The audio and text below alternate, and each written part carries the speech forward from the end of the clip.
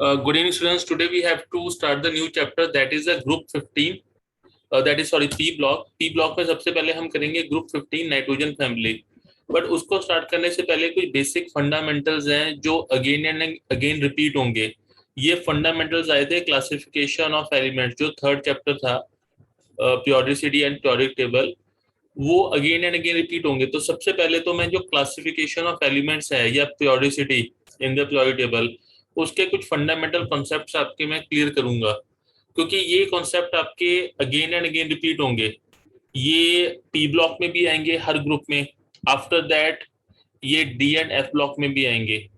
तो एक बार मैं अच्छी तरह से इनको कवर कर दूंगा. आफ्टर दैट जब भी ये कॉन्सेप्ट्स आएंगे तो मैं आपको कह दूंगा ऑलरेडी करवाए हुए हैं, जैसे कि इनिशियल एंथैल्पी हो गया, या इलेक्ट्रॉन गेन एंथैल्पी हो गया, इलेक्ट्रोनेगेटिविटी हो गया, ट्रेंड्स एक प्योरिटी टेबल में कैसे चलता है around the group, down the group या अक्रॉस द पीरियड, कोई प्रॉपर्टी कैसे वेरी करती है, तो वो मैं फंडामेंटल्स आपके पहले क्लियर कर दूंगा. और क्योंकि अगेन एंड अगेन रिपीट होंगे, बट आफ्टर दैट मैं अगेन एंड अगेन इस चीज को रिपीट नहीं करूंगा. तो starting from the purity table, तो सबसे पहले हम प्योरिटी टेबल को स्टडी करते हैं. नाउ इन ऑर्गेनिक केमिस्ट्री में जो प्योरिटी टेबल है, that is the basic thing. जैसे सपोज करो अगर आपने इंडिया के बारे में कुछ जानना है ज्योग्राफी में, तो सबको आपको इंडिया का एक पॉलिटिकल मैप या फिजिकल मैप पता होना चाहिए. आफ्टर दैट ही आप कुछ चीज को रिलेट कर सकते हैं. सिमिलरली जो प्योरिटी टेबल है वो एक इनऑर्गेनिक केमिस्ट्री का बेसिक टूल है. तो प्योरिटी टेबल की बेसिक नॉलेज होना बहुत जरूरी है. अदरवाइज इनऑर्गेनिक केमिस्ट्री कर पाना बहुत ही ज्यादा मुश्किल है. तो सबसे पहले हम जो ये प्योरिटी टेबल है इसको स्टडी करते हैं. This is a long form of purity table. ये आपको एक long form of purity table मैं रिप्रेजेंट किया है just in the block form. अभी इसमें एलिमेंट्स को शो नहीं किया, ये सिर्फ ब्लॉक्स की फॉर्म में है. तो सबसे पहले तो इसमें ग्रुप्स होते हैं and periods. Now what are groups and what are periods. तो पहले मैं पीरियड्स को बता देता हूँ. जो पीरियड्स होते हैं वो हॉरिजॉन्टल रोज होती हैं. जैसे first horizontal row, this is second one, third, fourth, fifth, six, seven. तो इसमें 7 हॉरिजॉन्टल रोज हैं. उनको क्या बोलते हैं हम? That is called the periods. ये मैं लॉन्ग फॉर्म ऑफ या मॉडर्न पीरियड टेबल की बात कर रहा हूँ. एक मेंडलीव भी होता है, पर मेंडलीव हमारा जो है यहाँ पर कोई यूजलेस है, क्योंकि मेंडलीव पहले था तो आज की डेट में तो ऑब्सोलीट है. तो हमने मॉडर्न पीरियड टेबल या long form of period table को ही स्टडी करना है, तो वही मैं आपको करा रहा हूँ. तो 7 हॉरिजॉन्टल रोज हैं, तो इसको 7 पीरियड्स बोलते हैं. और 18 इसमें आपके वर्टिकल कॉलम्स होते हैं. 18 आर वर्टिकल कॉलम्स. उनको हम क्या बोलते हैं? It is called the groups. जैसे this is the first group, second group, third group, fourth group, fifth group, six, seventh, eight, nine, tenth, 11, 12, then 13, 14, 15, 16, 17, 18. 18 जो वर्टिकल कॉलम्स हैं, these are called the groups. Okay. यहाँ पर जो groups हैं normally 1 2 3 4 है. एक old nomenclature था जिसमें इसको 1A, 2A, 3A, 4A, 5A, 6A, 7A, 8A and 3B, 4B इस तरीके से डेजिग्नेट किया गया था. आज की डेट में चलता नहीं है, ठीक है, बट कई बुक्स में दिया हुआ है. अगर आप नहीं भी याद करोगे तो भी चल जाएगा, बट एटलीस्ट आपको 1 2 3 4 5 यही पता होना चाहिए कि 18 ग्रुप्स है. ठीक है. अब इस ग्रुप्स की फर्दर क्लासिफिकेशन की गई है. जैसे पहले 2 ग्रुप हैं, इसको हम देखते हैं एस ब्लॉक का नाम. फर्स्ट एंड सेकंड जो ग्रुप है उसको एस ब्लॉक का नाम देते हैं. रीजन बीइंग इनका जो वैलेंस शेल होता है उसमें जो लास्ट इलेक्ट्रॉन एंटर करता है वो एस ऑर्बिटल में एंटर करता है. तो दिस इज 1s. ठीक है. ये आपका जो है 2s, यहाँ पर ये 2s वाले होंगे. ठीक है. तो this is the S block. Okay. फिर जो ग्रुप 13, 14, 15, 16, 17, 18, इसमें जो लास्ट इलेक्ट्रॉन एंटर करता है वो पी सब शेल में करता है. तो इनको हम बोलते हैं P block elements. These are called the P block elements. इसमें एक एक्सेप्शन है. एक्सेप्शन हीलियम की है. हीलियम में लास्ट इलेक्ट्रॉन एस पे एंटर करता है, तो जनरली इसको हम पी ब्लॉक एलिमेंट नहीं मानते हैं, पर इसको एस ब्लॉक एलिमेंट भी नहीं मानते हैं. ठीक है. हीलियम का एक्सेप्शन केस हो गया ना, तो इसको एस ब्लॉक एलिमेंट मानना है ना इसको पी ब्लॉक. इसमें एक और भी एक्सेप्शन है. जो ये जो हाइड्रोजन है it is not regarded as a S block element, इसको भी हम एस ब्लॉक एलिमेंट नहीं मानते हैं, रखते जरूर हैं, हाइड्रोजन को एस ब्लॉक के अंदर रखा जरूर है, but it is called the रोग एलिमेंट, ये फर्स्ट हाइड्रोजन पहला एलिमेंट होता है, but it is not considered in the S block, S block में रखा जरूर हुआ है पर इसको एस ब्लॉक एलिमेंट मानते नहीं है। ओके, तो ये कुछ एक्सेप्शन हैं, ठीक है। बाकी ये आपको पता है two, this is the 2p series, इसमें 2p जो होती है that is the valence shell, इसमें 3p 4p 5p 6p 7p, so this is S block, this is p block. और इन अगर S block plus p block को बोल देते हैं तो इनको हम बोलते हैं रिप्रेजेंटेटिव एलिमेंट्स या मेन ग्रुप एलिमेंट्स। रीजन इसका क्या है, क्योंकि ये जो एलिमेंट्स थे ये नेचर में सबसे पहले डिस्कवर किए थे, ये अर्लियर एलिमेंट्स थे, तो इनको मेन एलिमेंट्स भी बोलते हैं एस और पी ब्लॉक वालों को। फिर बीच में आते हैं आपके third fourth fifth six seventh eight ninth 11th 12th, जो ये थर्ड से लेकर 12th तक ग्रुप हैं इनको हम बोलते हैं डी ब्लॉक। इसमें जो पहली सीरीज होती है that is the 3D series, then 4D series, 5D series, 6D series. 6D series incomplete होती है क्योंकि इसमें आपके जो होते हैं रेडियो एक्टिव एलिमेंट्स आ जाते हैं जो कि अनस्टेबल होते हैं। ओके, उसके बाद में ये एक आपके 4F एंड 5F भी हैं, इनको हम बोलते हैं एफ ब्लॉक एलिमेंट्स या inner transition elements. Reason being इनको हम long form of pure table में अकोमोडेट नहीं करते, इनको अलग से लिखते हैं। अब वो बेसिकली इन जो थर्ड आपका ग्रुप होता है, ओके, उसके अंदर अकोमोडेट होते हैं, इनको हम long form of pure table में अकोमोडेट नहीं करते, इनको अलग से लिखते हैं। इसके बाद में डिस्कस करेंगे जब हम डी ब्लॉक करेंगे, अभी मेरा कंसर्न उसमें नहीं है। मेरा कंसर्न ये है कि सबने पी ब्लॉक को स्टडी करना है।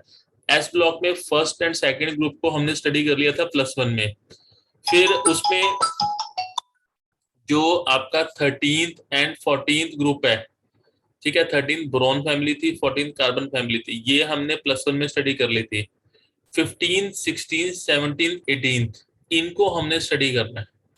ओके, तो आगे मैं चलता हूँ। सो ये एक फुल प्योरिटी टेबल जो है आपके सामने रखा हुआ है। तो मैंने आपको बता दिया कि जो एस ब्लॉक है, ठीक है, इसको हम स्टडी कर चुके हैं +1 में।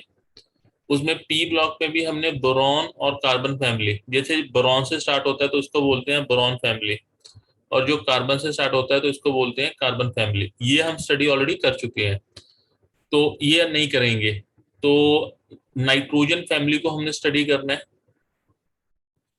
देन ऑक्सीजन फैमिली को स्टडी करना है, फ्लोरीन फैमिली को स्टडी करना है, and last is the inert gases या नोबल गैसेस। इसको जीरो पीरियड भी बोल देते हैं, ठीक है, या 18th ग्रुप बोल देते हैं।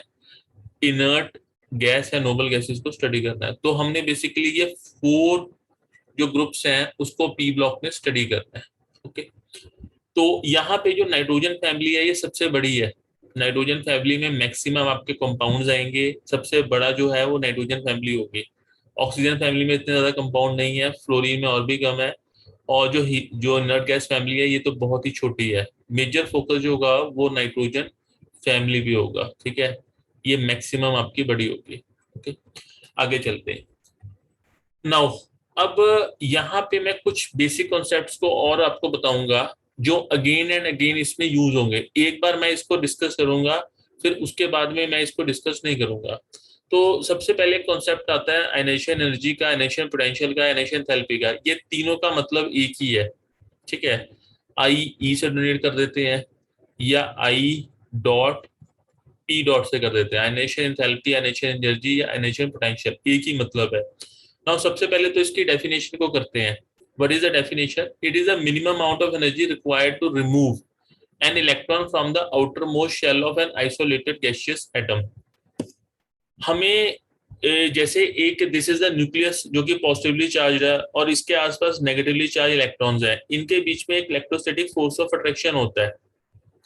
अगर मुझे जो आउटर मोस्ट इलेक्ट्रॉन है उसको रिमूव करना है तो मुझे इस फोर्स को ब्रेक करना पड़ेगा। तो अगर ब्रेक करना है या तोड़ना है तो उसके लिए मुझे एनर्जी रिक्वायर्ड होगी, ठीक है। तो वो minimum energy which is required to remove the outer most, एक इसमें शर्त है कि ये आउटर मोस्ट होना चाहिए, अंदर वाला नहीं, आउटर मोस्ट या वैलेंस शेल का जो इलेक्ट्रॉन है वो। आउटर मोस्ट इलेक्ट्रॉन को रिमूव करने के लिए जो एनर्जी रिक्वायर्ड है that is called ionisation energy या आयनेशन थैलेपी। और भी इसमें कंडीशन है। दूसरा, आइसोलेटेड गैसियस एटम होना चाहिए, ठीक है। जैसे कि सपोज करो Na सॉलिड, ये मेटेलिक फॉर्म में है, अगर मैं इसमें से इलेक्ट्रॉन को रिमूव करता हूँ, इसको Na positive gaseous plus electron में कन्वर्ट करता हूँ, तो इलेक्ट्रॉन तो रिमूव हो गया, तो इसमें जो एनर्जी चेंज है डेल्टा एच, वो इक्वल टू आई होगा? नहीं होगा, it will be wrong. Reason being, मुझे यहाँ पर गैसियस स्टेट में चाहिए, आइसोलेटेड गैसियस स्टेट में एटम चाहिए। तो Na gaseous going into Na positive gaseous plus electron, इस केस में जो डेल्टा एच होगा that will be equal to ionisation enthalpy, ionisation potential, and it will be always endothermic process, क्योंकि electrostatic force को तोड़ने के लिए आपको एनर्जी की रिक्वायरमेंट होगी, ठीक है। It will be always endothermic, कभी भी एक्सोथर्मिक नहीं हो सकता। कभी भी ऐसा नहीं है कि आपने इलेक्ट्रॉन को रिमूव किया और आपको एनर्जी मिल गई, ठीक है, energy has been release, no, energy will be consumed, energy चाहिए होगी बॉन्ड तोड़ने के लिए।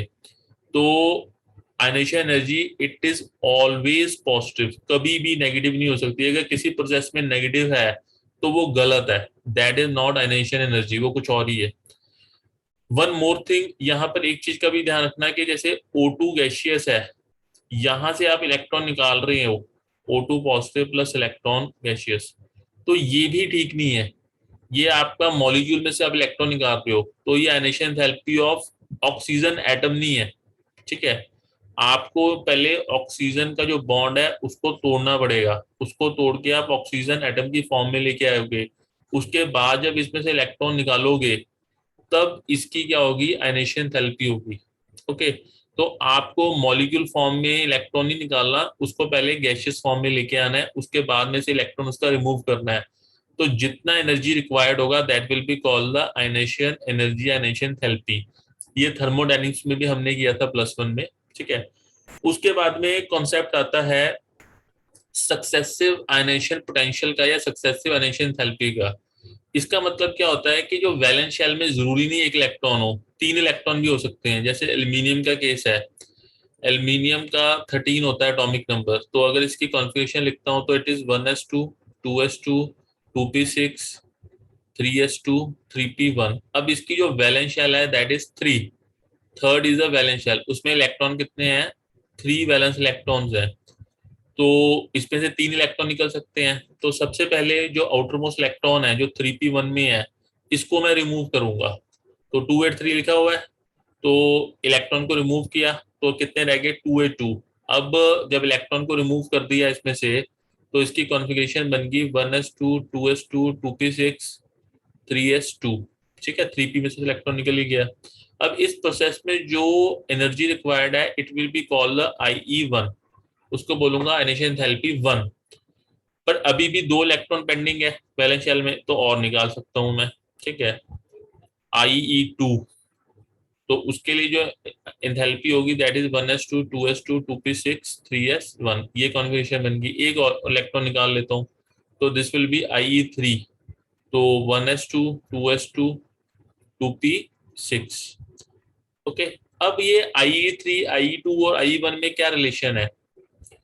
IE1 जो तीनों पॉजिटिव होंगी, पर जो IE3 की वैल्यू होगी वो IE2 से ग्रेटर होगी, IE1 से और ग्रेटर होगी, ठीक है, IE2 की वैल्यू। रीजन बीइंग, जैसे जैसे मैं इलेक्ट्रॉन को रिमूव कर रहा हूँ इस पे एक तो पॉजिटिव चार्ज आ रहा है, देखो यहाँ पर Al पॉजिटिव था, फिर Al2 पॉजिटिव हो गया, ठीक है। अब देखो Al पॉजिटिव में से जब मैं इलेक्ट्रॉन निकाल रहा हूँ तो इलेक्ट्रोस्टैटिक फोर्स ऑफ अट्रैक्शन बढ़ गया क्योंकि एक पॉजिटिव चार्ज आ गया।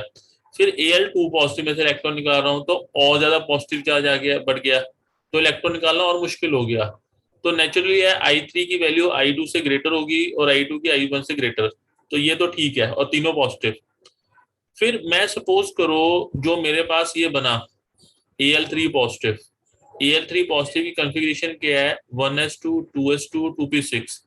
मैं फिर इलेक्ट्रॉन निकाल रहा हूँ इसमें से, इसको Al4 पॉजिटिव में कन्वर्ट कर रहा हूँ विद इलेक्ट्रॉन, तो ये 1s2 2s2 2p5 में कन्वर्ट हो गया। तो इस प्रोसेस में जो एनर्जी रिक्वायर्ड है दैट इज IE4।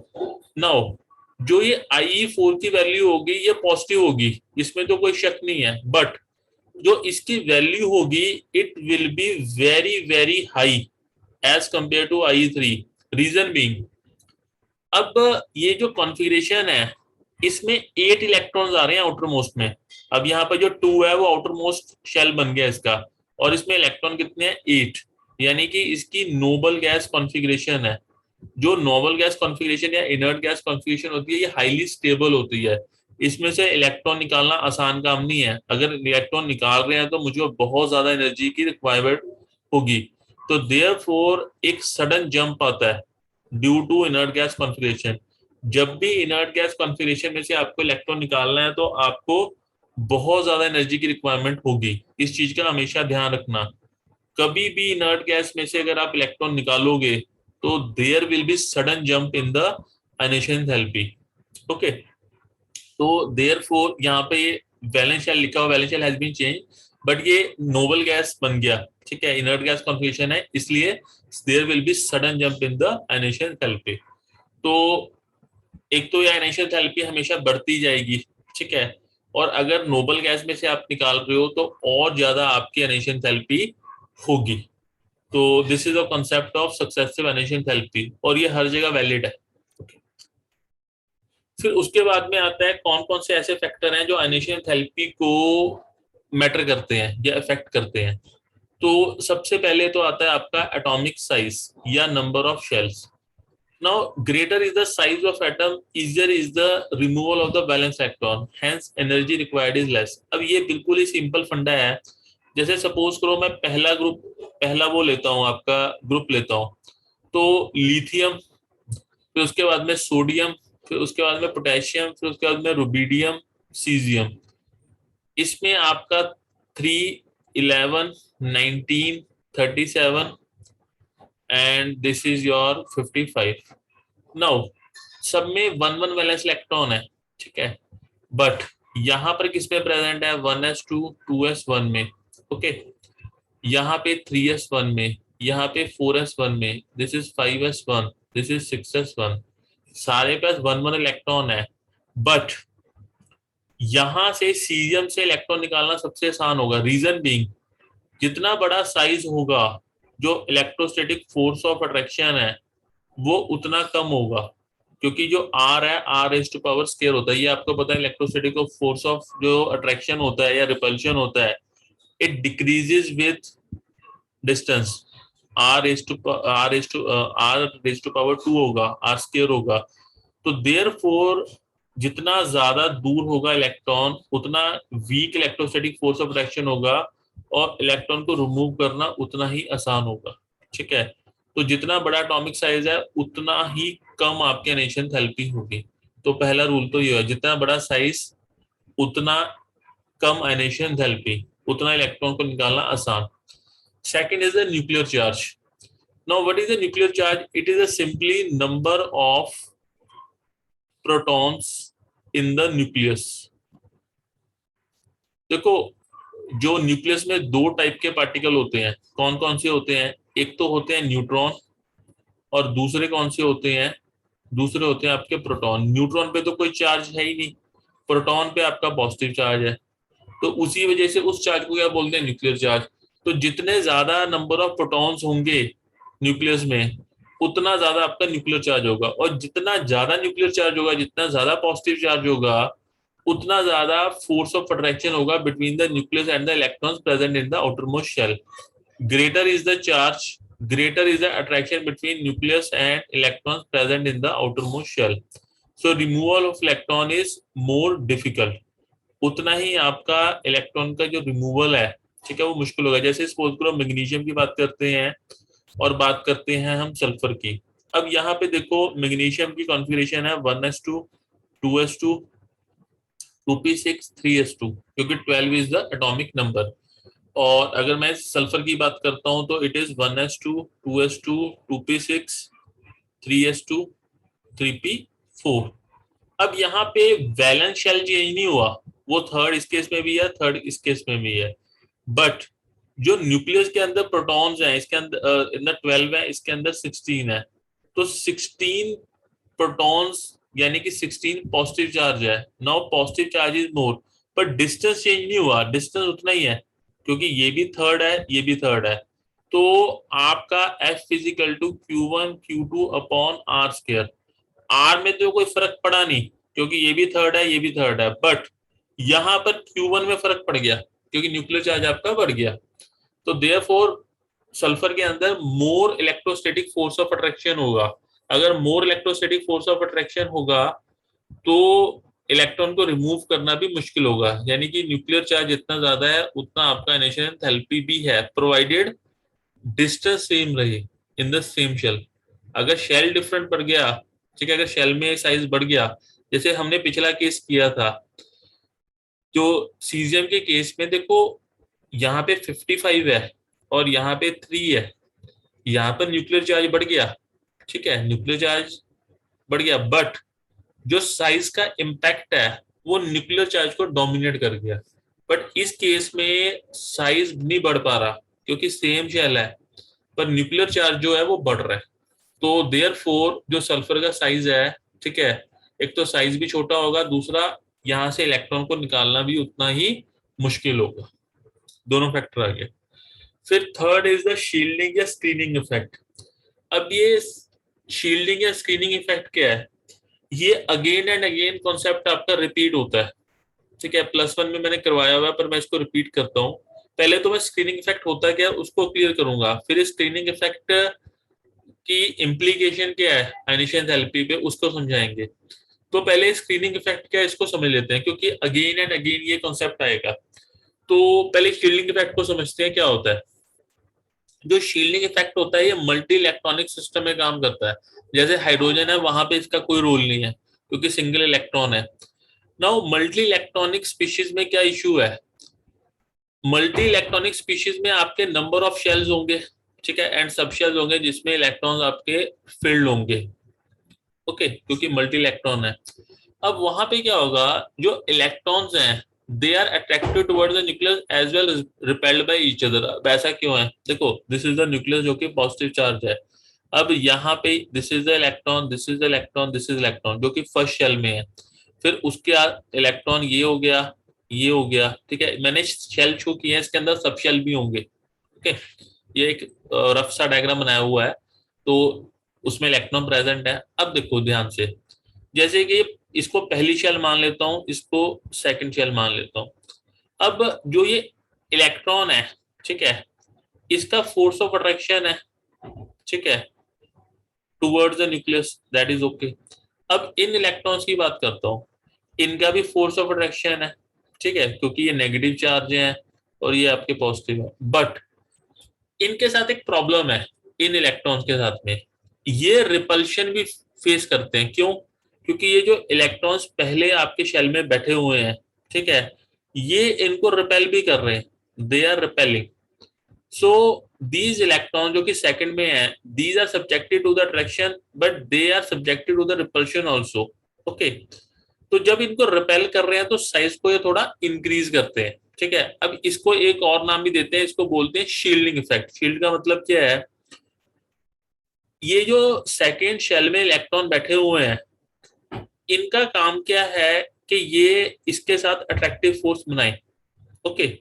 बट जो ये अंदर वाले इलेक्ट्रॉन्स हैं, ये क्या करते हैं, ये एक इलेक्ट्रॉन क्लाउड में प्रेजेंट होते हैं, they are present in the electron cloud. ये आपको पता है कि एक शेल्स होती हैं या सब शेल्स होती हैं जिनकी एक शेप होती है, इलेक्ट्रॉन क्लाउड बोलते हैं। नाउ दिस इलेक्ट्रॉन क्लाउड, ये इस इलेक्ट्रॉन क्लाउड को रिपेल करता है, या ये इलेक्ट्रॉन क्लाउड इस इलेक्ट्रॉन जो इस यहाँ पर बैठा हुआ है, इसको इसके साथ फोर्स ऑफ अट्रैक्शन बनाने नहीं दे रहा, उसको शील्ड कर रहा है। शील्ड का मतलब या स्क्रीन का मतलब क्या होता है कि ये इसके साथ में अट्रैक्टिव बॉन्ड बनाना चाहता है, पर ये वाला इलेक्ट्रॉन इसमें अड़ंगेबाजी कर रहा है, इसको शील्ड कर रहा है, इसको अट्रैक्टिव बॉन्ड बनाने नहीं दे पा रहा, क्योंकि अपना इलेक्ट्रॉन क्लाउड बीच में लेके आ रहा है।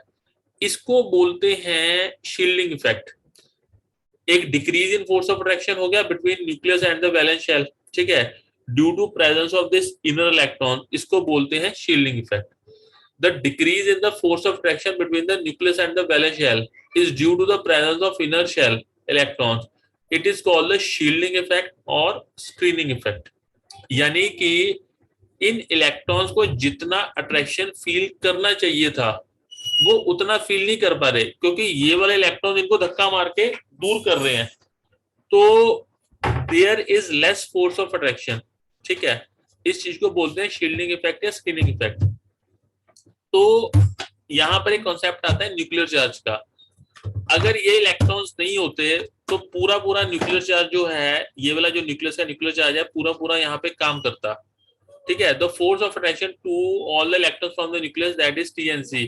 ठीक है, एटॉमिक नंबर, जो इसका एटॉमिक नंबर है उसका। बट यहाँ पर क्या प्रॉब्लम आएगी, एक इफेक्टिव न्यूक्लियर चार्ज आएगा। Now what is effective nuclear charge? This is Z star. ये जेड स्टार किसके इक्वल होगा? Z minus sigma. Now what is this sigma?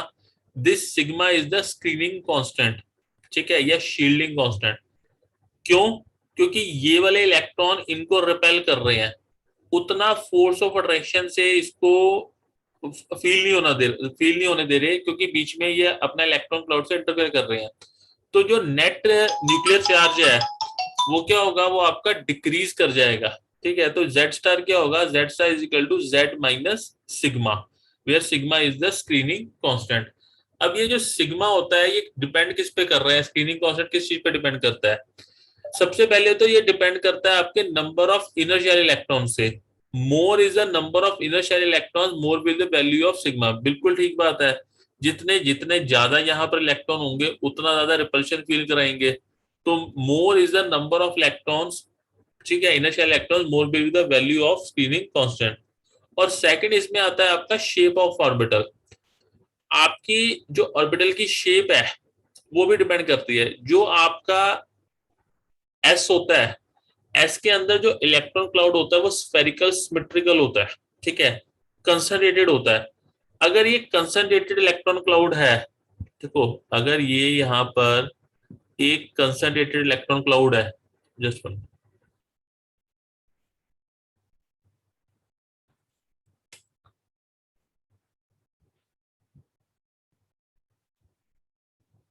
अगर यहाँ पर ये एक कंसंट्रेटेड इलेक्ट्रॉन क्लाउड है, दिस इज कंसंट्रेटेड, तो कंसंट्रेटेड इलेक्ट्रॉन क्लाउड इसको रिपेल स्ट्रांगली करेगा।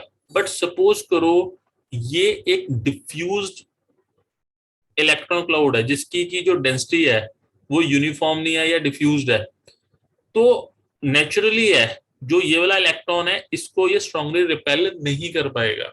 तो यानी कि जितना ज्यादा कंसंट्रेटेड इलेक्ट्रॉन क्लाउड होगा, ठीक है, या डेंसिटी जितनी ज्यादा है आपकी चार्ज डेंसिटी जिस ऑर्बिटल में, उतना ज्यादा उसकी स्क्रीनिंग है। आपको ये पता है जो एस होती है इसमें चार्ज डेंसिटी मैक्सिमम होती है कंसंट्रेटेड, तो एस का स्क्रीनिंग इफेक्ट सबसे ज्यादा है। फिर उसके बाद पी का नंबर आता है, फिर डी का नंबर है, और एफ जो होती है वो बहुत ज्यादा डिफ्यूज होती है, उसका जो इलेक्ट्रॉन क्लाउड होता है, तो उसकी मिनिमम स्क्रीनिंग होती है। तो जो एस ऑर्बिटल्स हैं they have the maximum screening effect, whereas the F orbitals they have the minimum screening effect. तो ये जो दो फैक्टर होते हैं वो स्क्रीनिंग इफेक्ट को जो होते हैं मेजर करते हैं। नाउ अब अगर मैं स्क्रीनिंग इफेक्ट की बात करता हूं तो इसका पीरियोडिक टेबल में ट्रेंड क्या है? देखो पीरियोडिक टेबल में क्या होगा, यहाँ पर आपकी एस ऑर्बिटल्स हैं, ठीक है, एस सब शेल होती है, फिर यहाँ पर डी आती है, ठीक है, यहाँ पर पी आ जाती है, पी से पहले डी भी होती है, ठीक है। तो जो आपका स्क्रीनिंग इफेक्ट होता है it decreases from left to right, क्योंकि एस से आपका यहाँ पर डी प्लस पी, ठीक है, में जा रहा है, तो ये आपका क्या होगा, डिक्रीज करेगा from the left to right, क्योंकि इनका मैक्सिमम स्क्रीनिंग इफेक्ट होगा। पर एज सुन एज मैं इधर से जा रहा हूं तो इनका स्क्रीनिंग इफेक्ट कम होता जाएगा, क्योंकि अब यहाँ पर पहले एस थी, फिर डी आ गई, फिर पी में आपके इलेक्ट्रॉन्स आ रहे हैं, तो इट डिक्रीजेस। और from the top to bottom ये क्या करता है, इंक्रीज करता है, ठीक है, बिकॉज नंबर ऑफ इलेक्ट्रॉन्स आपके इंक्रीज हो गए, ठीक है। तो ये आपका from the top to bottom क्या करेगा, स्क्रीनिंग इफेक्ट इंक्रीज कर जाएगा। तो इसको याद रखना है। उसके बाद में जेड इफेक्टिव। अब जेड इफेक्टिव की डेफिनेशन क्या था उसको जरा ध्यान से देखो। जो जेड इफेक्टिव था it was equal to Z, Z effective it was Z minus screening constant, ठीक है। नाउ आपने पीछे देखा जो स्क्रीनिंग कांस्टेंट है ये डिक्रीज कर रहा है from the left to right, तो जब डिक्रीज कर रहा है तो जेड इफेक्टिव क्या हो जाएगा आपका, इंक्रीज कर जाएगा। ठीक है, यहाँ पे तो स्क्रीनिंग कांस्टेंट जब डिक्रीज कर रहा है from the left to right, तो ये जितना कम होगा उतना जेड इफेक्टिव आपका बढ़ेगा, और from the top to bottom Z effective क्या होगा आपका, इंक्रीज करेगा। ओके, इतनी बात समझ में आती है आपको? इसमें कोई डाउट है तो पूछो। हेलो? No sir. ठीक है, अब मैं coming back to the this discussion कि आयनेशन थेरेपी में स्क्रीनिंग इफेक्ट का क्या रोल है। नाउ, अगर स्क्रीनिंग इफेक्ट आपका इंक्रीज होता है, ठीक है, nuclear charge on the electron in the outer most shell reduces since effective nuclear charge decreases, ionisation enthalpy decreases. देखो यहीं पे समझाता हूं आपको मैं। जैसे सपोज करो, this is the thing, just one minute.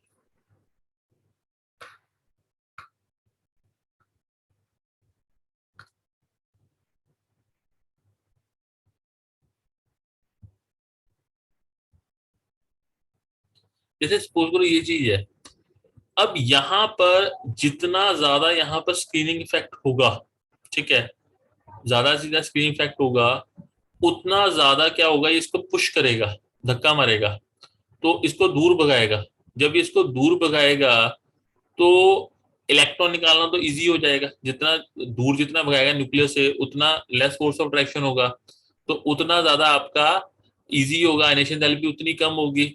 और जितना स्क्रीनिंग इफेक्ट कम होगा, ओके, अगर स्क्रीनिंग इफेक्ट है ही नहीं तो this electron is much more attractive towards the nucleus, तो उससे क्या होगा, जितना ज्यादा अट्रैक्टिव होगा उतना इलेक्ट्रॉन को निकालना मुश्किल होगा। ये बात समझ में आती है? सपोज करो इनका हाईली स्क्रीनिंग इफेक्ट बहुत ज्यादा हाई है, तो धक्का मारेंगे दूर जाएगा, तो उतना इलेक्ट्रॉन को निकालना आसान हो गया। ठीक है, और जितना कम है उतना ये अट्रैक्टिव है टुवर्ड्स द न्यूक्लियस, और निकालना उतना ही ज्यादा उसको मुश्किल हो गया। ठीक है, तो यानी कि जो आयनेशन एंथैल्पी है, it is inversely proportional to the shielding effect. ठीक है, एस का मैक्सिमम शील्डिंग इफेक्ट होता है, तो उसके केस में क्या होगा, आपका जो इलेक्ट्रॉन है उसको निकालना उतना आसान होगा, वेयर एज एफ के केस में मिनिमम शील्ड इफेक्ट है, तो उसमें आयनेशन थेरेपी उतनी ज्यादा आपकी इंक्रीज कर जाएगी। तो this is the role of shielding effect या स्क्रीनिंग इफेक्ट। अब आगे चलते हैं। फिर लास्ट आता है आपका डी, जो होता है इलेक्ट्रॉनिक कॉन्फ़िगरेशन। जो आपकी एक स्टेबल कॉन्फ़िगरेशन होती है उसमें से इलेक्ट्रॉन निकालना मुश्किल होता है as compare to the unstable. जैसे आपकी एक हाफ फील्ड कॉन्फ़िगरेशन होती है, कंप्लीटली हाफ फील्ड होती हैं, वो एक्स्ट्रा स्टेबल होते हैं because of two reason, symmetry and the more exchange of electrons. Where as जो आपकी ऐसी कॉन्फ़िगरेशन नहीं है उनमें से इलेक्ट्रॉन निकालना आसान है। जैसे एक एग्जांपल लेते हैं, एक नाइट्रोजन है, दिस इज ऑक्सीजन। नाइट्रोजन का कितना होता है, नाइट्रोजन का 7 एटॉमिक नंबर है, और ऑक्सीजन का 8 है। हालांकि जो ऑक्सीजन है उसका साइज जो है वो नाइट्रोजन से, सॉरी, जो ऑक्सीजन का जो साइज है, ठीक है, वो नाइट्रोजन से छोटा है, नाइट्रोजन का साइज बड़ा होता है। क्योंकि अगर आप देखो इसका 7 न्यूक्लियस आ जाए, इसका 8 न्यूक्लियस आ जाए, this is 1s2s2p, this is 1s2s2p। Okay, oxygen का साइज नाइट्रोजन से छोटा है, जो न्यूक्लियर चार्ज है ऑक्सीजन का वो नाइट्रोजन से बड़ा है, बट स्टिल जो फर्स्ट आयनेशन एंथैल्पी नाइट्रोजन की है वो ऑक्सीजन से ज्यादा है। रीजन भी, इनमें तो कोई डिफरेंस नहीं, यहाँ पे 2p है, 2p में सिंगल सिंगल इलेक्ट्रॉन है, जबकि यहाँ पे 2p में पहली 2p ऑर्बिटल में 2 इलेक्ट्रॉन्स है, फिर सिंगल फिर सिंगल। तो this is half field configuration.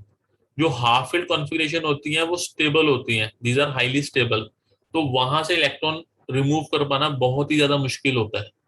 तो देयरफॉर हमने इस चीज पे भी फोकस करना है कि क्या हाफ फील्ड या फुली फील्ड तो नहीं है, कोई सिमेट्री तो एग्जिस्ट नहीं करती कॉन्फ़िगरेशन में। अगर सिमेट्री एग्जिस्ट करती है तो वहां से इलेक्ट्रॉन को निकालना मुश्किल है, आयनेशन एंथैल्पी बढ़ जाती है। ओके, अब आयनेशन एंथैल्पी का जो ट्रेंड है जनरल, वो क्या है प्रियोरिटी में। देखो जो साइज होता है आपका from the left to right in the priority, वो आपका डिक्रीज करता है।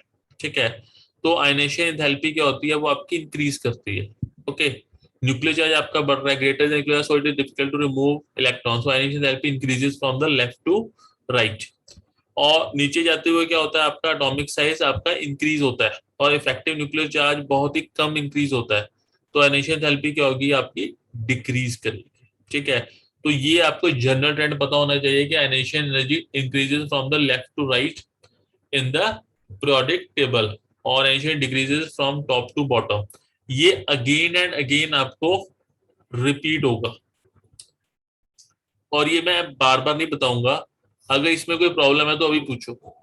एक तो साइज आपका from the left to right क्या होता है, डिक्रीज कर जाता है। दूसरा न्यूक्लियर चार्ज आपका इंक्रीज कर जाता है, तो therefore ionisation enthalpy increase करेगी।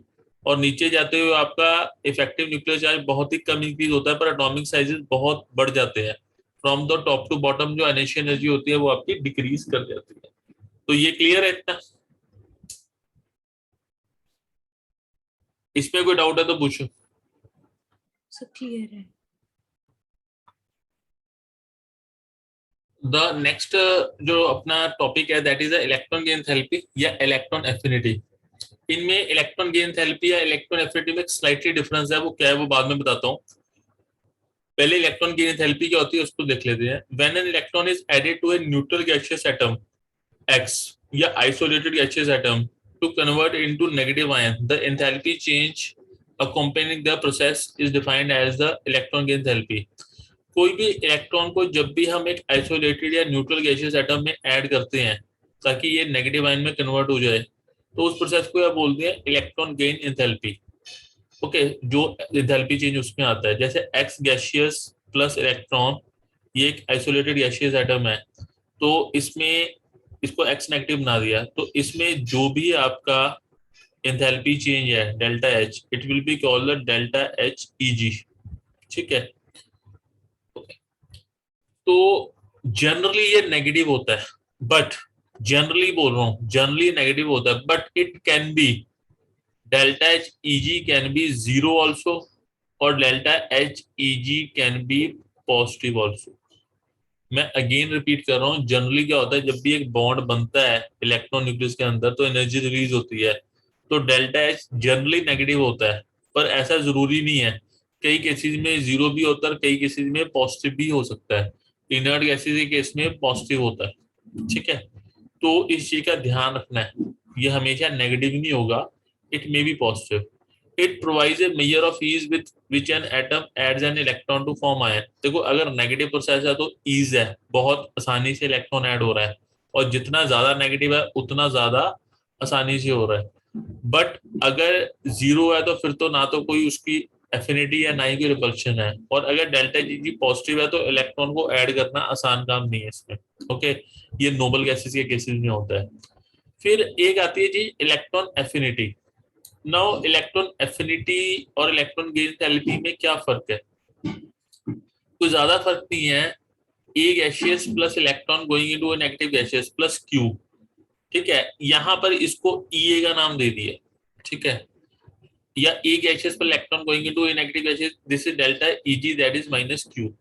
कहने का मतलब क्या है कि जैसे डेल्टा ई जी अगर नेगेटिव है, ठीक है, तो मैंने क्या किया, ई को कैसे डिफाइन कर लिया, that is minus delta H E G. Okay, यानी नेगेटिव मैंने डिफाइन कर दिया उसको। नॉर्मली इसको क्यों किया था, इलेक्ट्रॉन एफिनिटी का मतलब क्या है कि इलेक्ट्रॉन कितना एफिनिटी है, इलेक्ट्रॉन की कितनी लविंग पावर है टुवर्ड्स द न्यूक्लियस, तो उसको हम पॉजिटिव में मेजर करते थे। एफिनिटी को कभी नेगेटिव में मेजर नहीं करते, पॉजिटिव में। तो यानी कि अगर जो नेगेटिव वैल्यू थी, जैसे नेगेटिव वैल्यू है -131 किलो जूल पर मोल है, तो माइनस साइन लगा के उसको क्या बना दिया, पॉजिटिव। ठीक है, कहने का मतलब क्या है कि अगर अगर मुझे कोई भी इलेक्ट्रॉन की एंथैल्पी है तो मैं नेगेटिव साइन को ऐड कर दूंगा। ठीक है, तो वो मेरी क्या बन जाएगी, electron affinity. Okay, that's it, कोई बाकी फर्क नहीं है इसमें। ओके, जैसे यहाँ पर डेल्टा ई जी पॉजिटिव है, ठीक है, in the case of inert gases, तो इलेक्ट्रॉन एफिनिटी उस केस में क्या हो जाएगी, इट वुड बी नेगेटिव। कि इलेक्ट्रॉन एफिनिटी कुछ नहीं है, इलेक्ट्रॉन की कोई एफिनिटी नहीं है towards the nucleus in the case of noble gases. ठीक है, इसका मतलब ये हो गया नेगेटिव एटेंडेंसी, बाकी इसमें कोई फर्क नहीं है। अब फिर आता है successive electron gain enthalpy. Okay, first electron affinity is always exothermic, हमेशा नहीं होती, मैंने आपको बताया मोस्ट ऑफ द केसेस में है, दिस इज नॉट ऑलवेज। ठीक है, but most of the cases में एक्सोथर्मिक होती है। तो जैसे ओ गैसियस प्लस इलेक्ट्रॉन है, हमने O नेगेटिव गैसेस कर लिया, तो डेल्टा Eg इस केस में क्या, -141, इतनी एनर्जी रिलीज हुई। ठीक है, E इसकी +41 है। अब जब सेकंड इलेक्ट्रॉन को ऐड करते हैं तो डेल्टा Eg क्या हो जाती है, पॉजिटिव। अब ये पॉजिटिव क्या होगी, मैं इलेक्ट्रॉन को ऐड कर रहा हूँ तो ये पॉजिटिव कैसे आ रही है, रीजन बीइंग मैं एक नेगेटिव चार्ज स्पीशीज में इलेक्ट्रॉन को डाल रहा हूँ। I am putting the negative charge electron in the negative charge species. तो मुझको क्या करना पड़ेगा, एनर्जी देनी पड़ेगी, अदरवाइज इलेक्ट्रॉन इस नेगेटिव में जाएगा, क्योंकि नेगेटिव नेगेटिव एक दूसरे को रिपेल करते हैं। मैं नेगेटिव को नेगेटिव के अंदर डाल रहा हूं तो मुझे एनर्जी सप्लाई करनी पड़ेगी, और वो भी बहुत ज्यादा, +184,844। तो जो सेकंड इलेक्ट्रॉन एफिनिटी होती है वो एंडोथर्मिक हो जाती है in the case of oxygen. It requires energy to overcome the interelectronic repulsion. Therefore, the incoming electron between the incoming electron and the negative charge ion. ठीक है, तो अगर मैं ओवरऑल कर देता हूँ, इन दोनों को ऐड कर देता हूँ, तो O gaseous +2 electron going into O2 negative gaseous, तो डेल्टा HEG पूरे प्रोसेस में क्या है, +703। तो overall process is endothermic. Okay, तो अगर O गैशियस O2 नेगेटिव में जा रहा है तो this process is the endothermic process. Okay, तो ये सक्सेसफुल इलेक्ट्रॉन गेन एंथैल्पी इस तरीके से हम देखते हैं। उसके बाद में जो इलेक्ट्रॉन गेन एंथैल्पी या इलेक्ट्रॉन एफिनिटी है उसको कैसे मेजर करते हैं। ठीक है, सबसे पहले तो होता है उसके कौन कौन से फैक्टर्स पे डिपेंड करती है। सबसे पहले आता है आपका effective nuclear charge. Higher is the effective nuclear charge, higher is the electron affinity. देखो, जितना ज्यादा न्यूक्लियर चार्ज होगा उतनी ज्यादा इलेक्ट्रॉन एफिनिटी होगी। रीजन बीइंग आपका पॉजिटिव चार्ज अंदर है और मैं एक नेगेटिव चार्ज को लेके आ रहा हूं बाहर से आउटर मोस्ट शेल में। ठीक है, तो जितना ज्यादा आपका नेगेटिव चार्ज होगा, ठीक, सॉरी, जितना ज्यादा पॉजिटिव चार्ज होगा उतना स्ट्रॉन्ग फोर्स ऑफ अट्रैक्शन भी होगा, क्योंकि F = Q1 × Q2/R²। तो जितना ये Q1 की वैल्यू जितनी ज्यादा है न्यूक्लियर चार्ज की, उतनी ज्यादा आपका इलेक्ट्रोस्टैटिक फोर्स ऑफ अट्रैक्शन होगा और उतनी ज्यादा एनर्जी रिलीज होगी, तो उतनी ज्यादा इलेक्ट्रॉन एफिनिटी होगी। Second is the shielding effect या स्क्रीनिंग इफेक्ट। जो ये है या इलेक्ट्रॉन की एंथैल्पी है, it is inversely proportional to the screening effect. Reason being अगर स्क्रीनिंग इफेक्ट यहाँ पर ज्यादा है, सपोज करो यहाँ पर इनर इलेक्ट्रॉन बहुत ज्यादा है, तो जो इनकमिंग इलेक्ट्रॉन है वो उसको रिपल्शन, जो अट्रैक्शन है वो फील ही नहीं होने देंगे। This is the nucleus. ठीक है, ये यहाँ पर आपकी पहली शेल है और यहाँ पर इलेक्ट्रॉन्स बहुत ज्यादा है जिनका स्किनिंग इफेक्ट काफी है। तो जो आउटर मोस्ट शेल है, जब वहां पे कोई इलेक्ट्रॉन आने की कोशिश करेगा तो वो यहाँ पे बॉन्ड क्या बनाएगा, वो तो इलेक्ट्रॉन पहले उसको धक्का दे रहे हैं, यानी कि जितना ज्यादा स्किनिंग इफेक्ट होगा उतना ये इलेक्ट्रॉन इससे बॉन्ड नहीं बना पाएगा। तो यानी कि, और अगर नहीं बना पाया तो एनर्जी भी रिलीज नहीं कर पाएगा। यानी कि जो इलेक्ट्रॉन एफिनिटी या इलेक्ट्रॉन गेन एंथैल्पी है, that is inversely proportional to the screening effect. And third is atomic radius. जितना कम एटॉमिक रेडियस होगा उतना ज्यादा इलेक्ट्रॉन गेन एंथैल्पी होगी। बिल्कुल ठीक है। रीजन उसका क्या है, एक छोटा आपका अगर एटम है, ओके, जिसमें दो शेल ही हैं और यहाँ पे आपका इलेक्ट्रॉन आके बैठ गया, तो इलेक्ट्रोस्टैटिक जो फोर्स ऑफ अट्रैक्शन होगा F = Q1 Q2/R²। आर की वैल्यू जितनी कम होगी उतना ज्यादा आपका स्ट्रॉन्ग बॉन्ड बनेगा और उतनी ज्यादा एनर्जी इजिली, उतनी ज्यादा एनर्जी आपकी रिलीज होगी। तो जितना छोटा साइज उतनी ज्यादा इलेक्ट्रॉन गेन एंथैल्पी। फिर इसमें जनरल ट्रेंड क्या है, जनरल ट्रेंड ये है कि आपकी जो इलेक्ट्रॉन गेन एंथैल्पी होती है ये क्या होती है आपकी, it decreases from the left to right. ठीक है, ये आपकी लेफ्ट टू राइट जो है। अब ये डिक्रीज का मतलब पता है क्या है, इस चीज को इस तरीके से समझना कि जो डेल्टा एच की नेगेटिव वैल्यू है वो इंक्रीज कर जाएगी। मैं इस चीज को थोड़ा करेक्ट कर दूं, इसको कंफ्यूज मत करना, कि जैसे सपोज करो boron plus electron going into boron negative. ठीक है, डेल्टा एच इस केस में सपोज कर लो -141 है। ठीक है, और मैं फ्लोरीन की बात करता हूँ कि fluorine plus electron going into F negative, तो इस केस में जो डेल्टा एच होगी वो -300 होगी। Are you getting my point? Electron की एंथैल्पी की वैल्यू डिक्रीज हो रही है, but decrease with negative sign. इसको ये मत सोचना कि ये वैल्यू कम होगी, क्योंकि न्यूक्लियर चार्ज आपका बढ़ रहा है, साइज छोटा हो रहा है, तो ऑटोमेटिकली इलेक्ट्रॉन की एंथैल्पी जो नेगेटिव में है वो बढ़नी चाहिए। ठीक है, okay, are you getting my point? Electron negative value बढ़ेगी। अगर आप इस पर कंफ्यूज होते तो आप इसको लिख सकते हैं कि negative value of negative value of delta H E G. ये क्लियर हो गया? ये आपकी डिग्री इंक्रीज करेगी from the left to right. ठीक है, ड्यू टू विच रीजंस? एक तो आपका न्यूक्लियर चार्ज जो है वो आपका कम हो रहा है। ठीक है, न्यूक्लियर चार्ज सॉरी बढ़ रहा है, और दूसरा क्या हो रहा है आपका कि साइज आपका कम हो रहा है, तो उसकी वजह से क्या हो गया, नेगेटिव वैल्यू आपकी बढ़ गई। और जो ईजी है, ठीक है, नीचे जाते हुए, ओके, आप ये कह सकते हो जो नेगेटिव वैल्यू है, ओके, वो आपकी क्या होगी, डिक्रीज करेगी। लिथियम में इलेक्ट्रॉन डालना आसान है, एनर्जी उसमें ज्यादा आपकी होगी as compare to caesium. Caesium में डालना मुश्किल है, क्योंकि वहां पे तो अट्रैक्शन फील ही नहीं हो पाएगा। तो ये इलेक्ट्रॉन गेन थेरेपी का ट्रेंड था। फिर उसके बाद में थर्ड कॉन्सेप्ट आता है आपका इलेक्ट्रोनेगेटिविटी।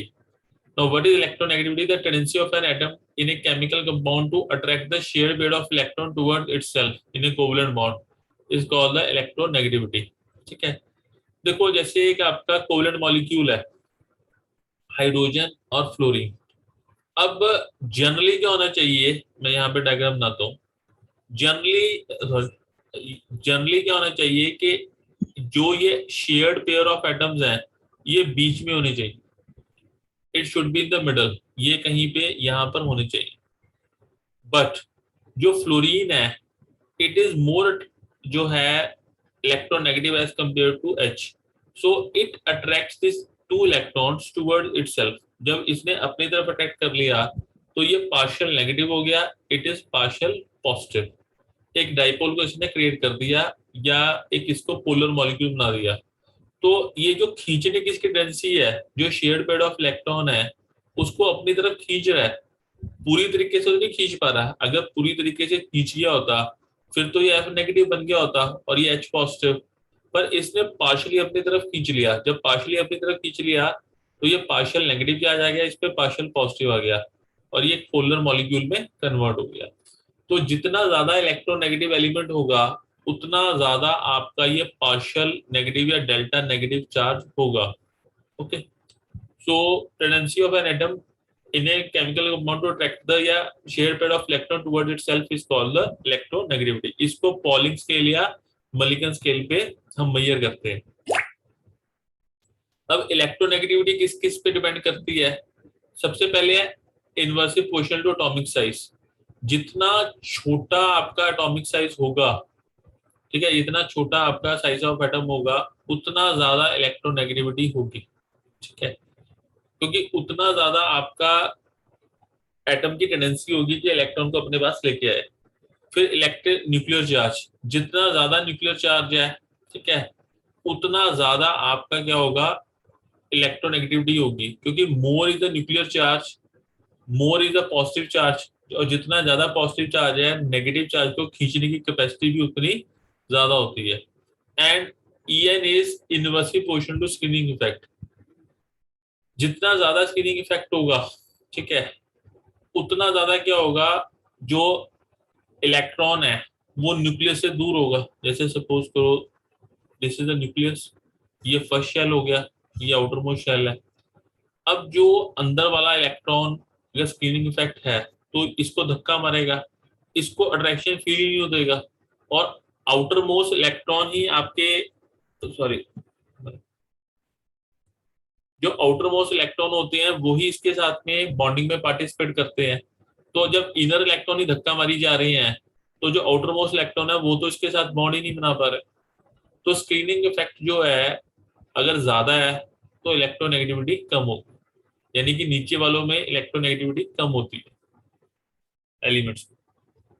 अब यहाँ पर ट्रेंड क्या है, जो इलेक्ट्रोनेगेटिविटी होती है it increases from the left to right, ठीक है, लेफ्ट टू राइट में इंक्रीज जाती है, पर इसकी कोई इलेक्ट्रोनेगेटिविटी नहीं होती क्योंकि इनके पास तो टेंडेंसी नहीं है इलेक्ट्रॉन गेन करने की।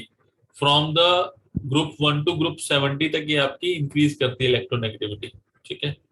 और सिमिलरली इलेक्ट्रोनेगेटिविटी डिक्रीज करती है from the top to bottom, okay.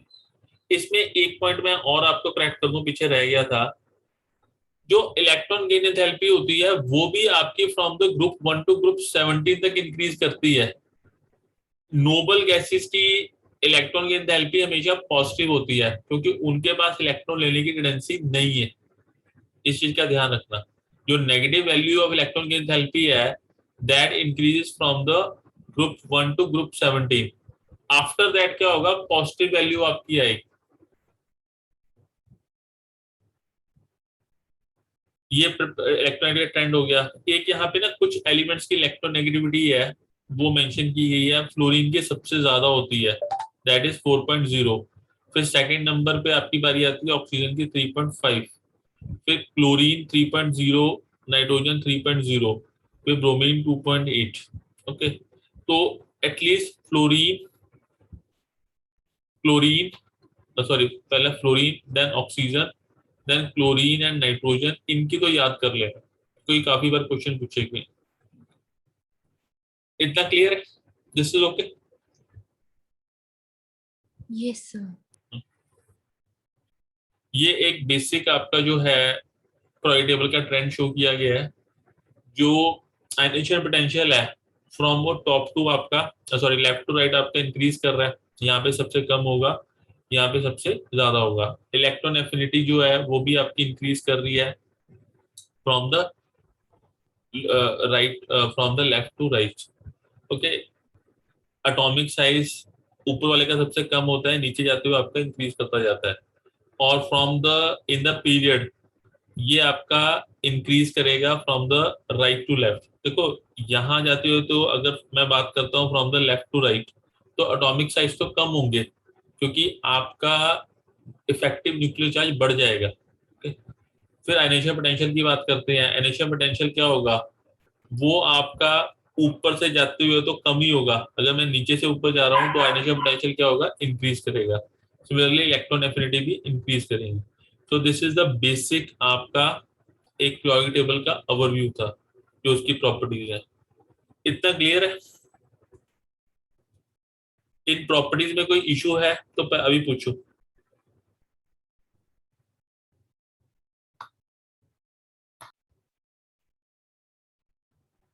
Okay, the long form में जो periodic टेबल है उसमें जो लेफ्ट हैंड पोर्शन होता है वो एस ब्लॉक होता है जिसमें ग्रुप 1 एंड ग्रुप 2 है, ये भी आपको थोड़ी देर पहले बताया है, ठीक है। जो राइट हैंड पोर्शन है उसमें पी ब्लॉक है, that is from the group 13 to group 17, और इनर्ट गैसेस का जो होता है दैट इज द 18 ग्रुप। जो मिडिल पोर्शन है वो ट्रांजिशन एलिमेंट्स का है, that is from the 3rd to 12। और फिर इनर ट्रांजिशन एलिमेंट्स होते हैं जो एफ ब्लॉक एलिमेंट्स होते हैं जो डी ब्लॉक के बीच में ही होते हैं, तो ओके, तो उन्हीं के अंदर होते हैं। तो अभी तो हमने जो फोकस करना है वो पी ब्लॉक पे करना है, तो स्टार्ट करते हैं इसको। अब जो पी ब्लॉक है, ठीक है, उसको पहले डिफाइन कर लेते हैं।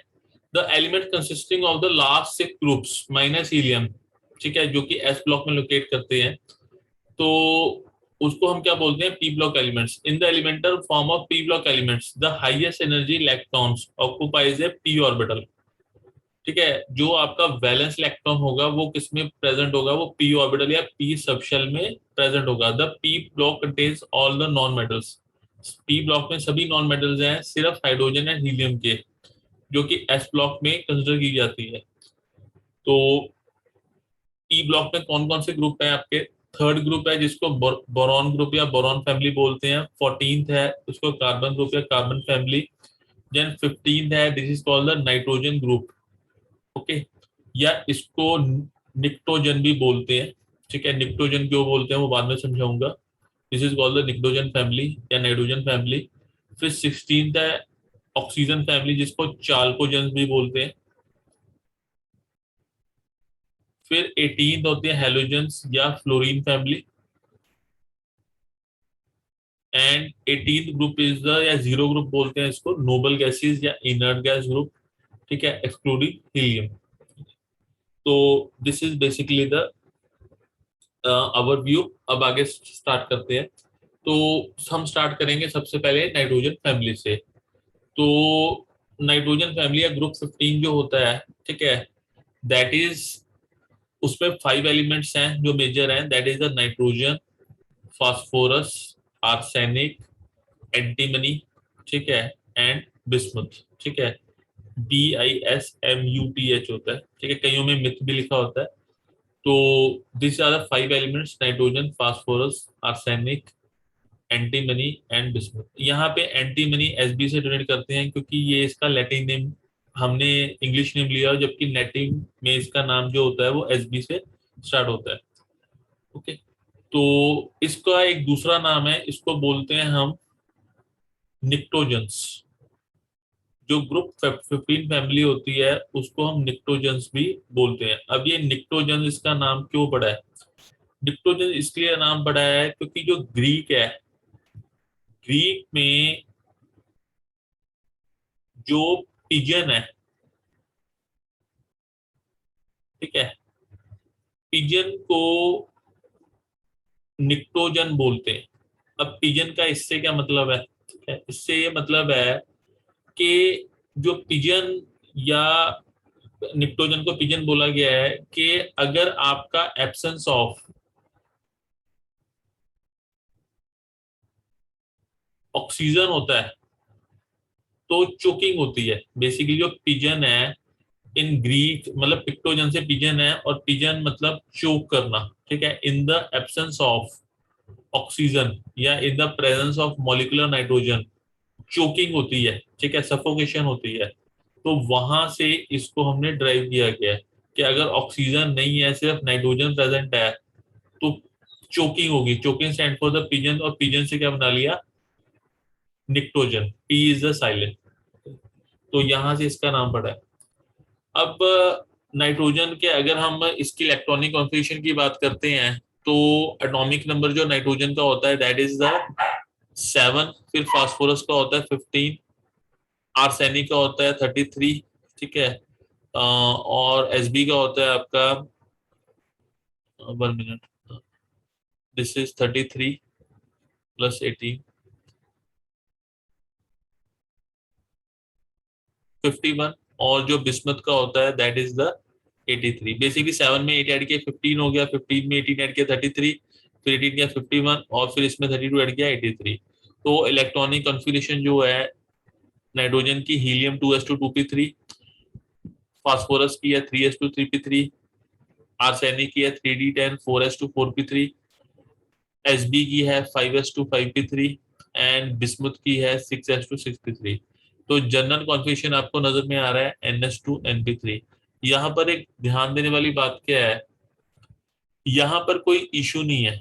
आपकी जो नोबल गैस है, नोबल गैस के बाद में सीधा आपकी कॉन्फ़िगरेशन है NS2 NP3। पर as soon as the arsenic की बात करते हैं तो यहाँ पर इशू क्रिएट होना स्टार्ट हो गया। रीजन, यहाँ पे D ऑर्बिटल आनी स्टार्ट होगी, यहाँ पे भी D ऑर्बिटल है, और बिस्मुथ के केस में आपकी 4f ऑर्बिटल पिक्चर में आ गई है। 4f तो है ही है, 5d भी है। तो यहाँ पर introduction of D and F orbitals है।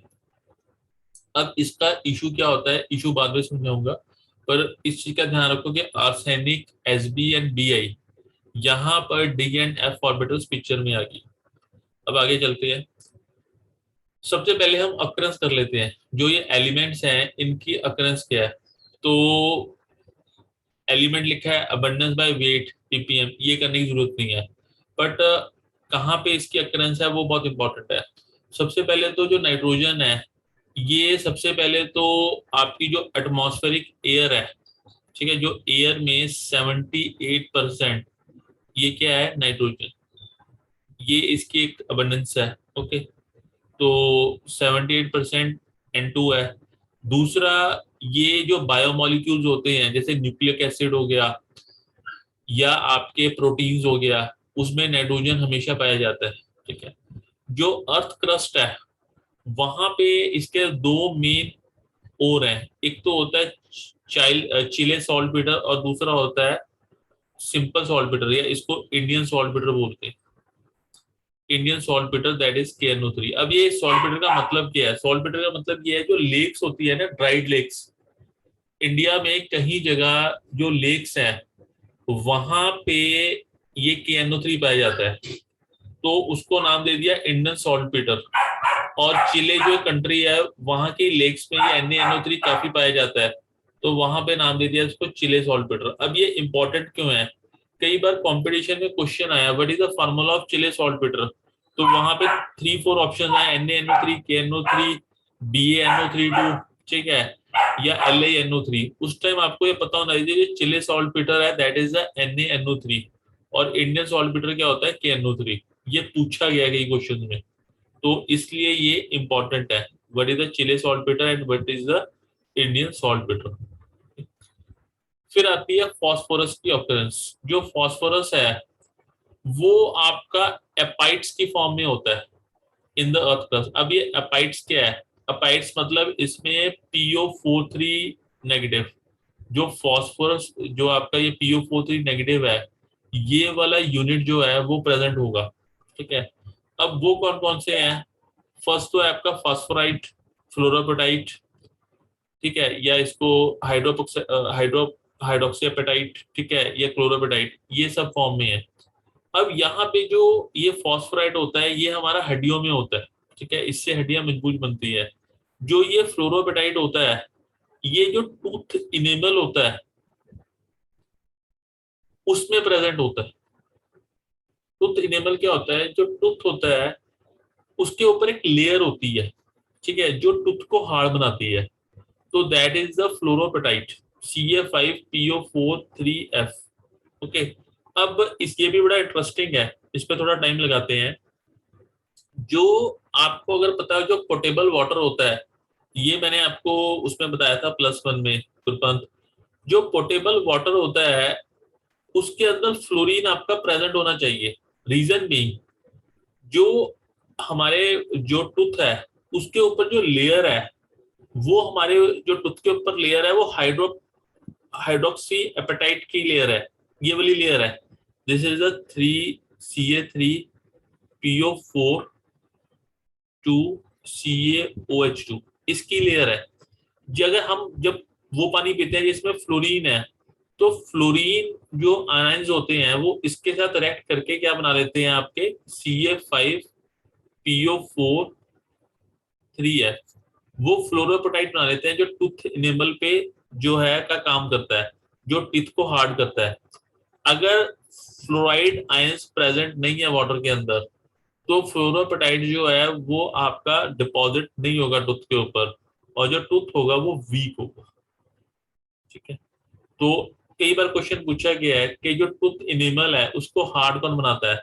वो फ्लोरो एपेटाइट बनाता है। कई बार फार्मूला भी पूछा गया है, ठीक है, दिस इज 3CA3PO4 2CF2, तो इसको याद कर लेना। फिर जो आर्सेनिक होता है वो सल्फाइड्स के फॉर्म में प्रेजेंट होता है, जैसे FeAS सॉलिड, ठीक है, या FeAS2, ठीक है, ये इनकी फॉर्म में प्रेजेंट है, इसको कोई याद करने की जरूरत नहीं है। सिमिलरली जो SB होता है, ठीक है, एंटीमनी, ये भी आपका सल्फाइड्स की फॉर्म में प्रेजेंट है, स्टिबिनाइट, इसको भी याद करने की जरूरत नहीं है। जो बिस्मथ है ये सल्फाइड और ऑक्साइड दोनों फॉर्म में मिलता है, ठीक है, बिस्मथाइड Bi2S3 या बिस्माइड दैट इज Bi2O3, तो इसको भी कोई ज्यादा याद करने की जरूरत नहीं। बस इतना याद कर लेना कि जो आर्सेनिक SB और Bi है ये कोई बहुत ज्यादा अर्थ में अवेलेबल नहीं है, अगर अवेलेबल भी होते हैं तो सल्फाइड्स की फॉर्म में प्रेजेंट होते हैं। तो ये इनकी अक्रेंस थी। उसके बाद में चलते हैं एटॉमिक रेडियाई पे। अब यहाँ पर ट्रेंड आपका स्टार्ट होता है एटॉमिक रेडियाई का। तो यहाँ पर अगर एटॉमिक रेडियाई देखते हो तो नाइट्रोजन का 70, फास्फोरस का 110, आर्सेनिक का 120, SB का 144 और BI का 148, ठीक है। अब इंक्रीज तो हो रहा है, ठीक है, on moving down the group atomic size is expected to increase, ठीक है, और across the bear atomic tight decrease. जैसे अगर मैं प्रायोरिटी टेबल की बात करता हूँ, पहले आपका बोरॉन आ रहा है, फिर कार्बन आता है, फिर नाइट्रोजन आता है, तो वो तो ट्रेंड ठीक है, पहले बोरॉन का साइज बड़ा है, फिर कार्बन का कम है, नाइट्रोजन का और कम है, तो पीरियड में तो कोई प्रॉब्लम नहीं है। बट ग्रुप में प्रॉब्लम है। ग्रुप में क्या प्रॉब्लम है, कोई प्रॉब्लम नजर आ रही है आपको ग्रुप में? नाइट्रोजन का 70 है, ये 110 है, 121 है, 141 है, 148 है, इंक्रीज तो हो ही रहा है। कोई अबनॉर्मेलिटी लगती है ग्रुप में नीचे जाते हुए?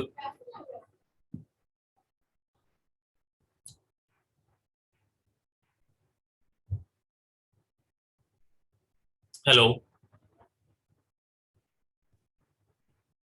अबनॉर्मेलिटी इसमें ये है कि जो हमने पीछे किया था, नाइट्रोजन का जो था that was 2s2 2p3, it was 3s2 3p3, then 4s2 4p3, okay. फिर उसके बाद में this is 5s2 5p3, this is 6s2 6p3, ठीक है। This is 70 110 121 141 148। इसको मैं ना थोड़ा ऊपर लिखता हूँ तब समझ में आएगा आपको, अदरवाइज समझ में नहीं आएगा। एक मिनट, जस्ट 1 मिनट, ये मैं इस कॉन्फ़िगरेशन के साथ लिखता हूँ तब समझाता हूँ।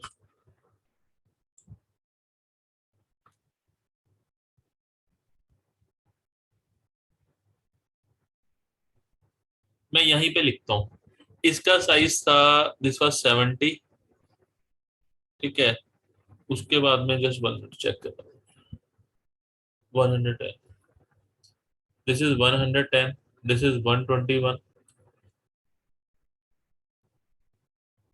This is 141, this is 140। अब समझ में आए? अगर आप ध्यान से देखो तो नाइट्रोजन से फास्फोरस जाते हुए, ठीक है, 70 टू 110 है, दैट इज ओके, वो इंक्रीज कर गया साइज। फिर 110 टू 121, चलो ये भी ठीक है। अब 70 टू 110 गए तो इंक्रीज कितने का है? इसमें इंक्रीज 40 का है। पर जब 100 टू 121 गए तो कितने का इंक्रीज हुआ? 31 का, कम हो गया। फिर 121 टू 141 गए, सिर्फ 20 का। और 141 टू जब 148 गए तो सिर्फ 7 का। So there is decrease in size, size तो इंक्रीज हो रहा है, पर जितना इंक्रीज होना चाहिए था उतना इंक्रीज नहीं हो रहा। अगर इसका नॉमिनल नंबर 7 है, ठीक है, इसका हो गया 15, इसका 31, फिर उसके बाद में इसका जो है 31 में 8 ऐड करें,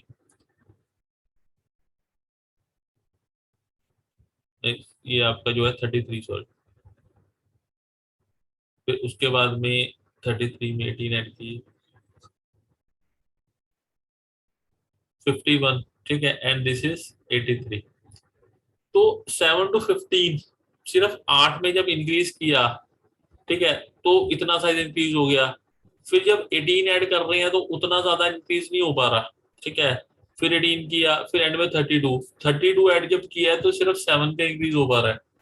तो जितना इंक्रीज होना चाहिए था उतना इंक्रीज नहीं हो पा रहा है, ऐसा क्यों?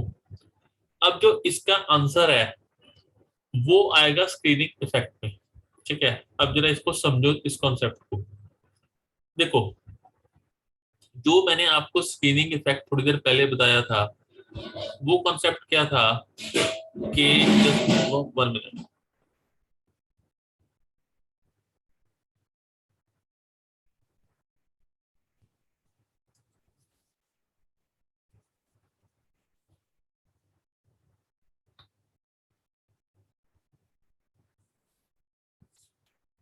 मैंने आपको ये बताया था, जैसे बिस्मुथ का केस लेते हैं।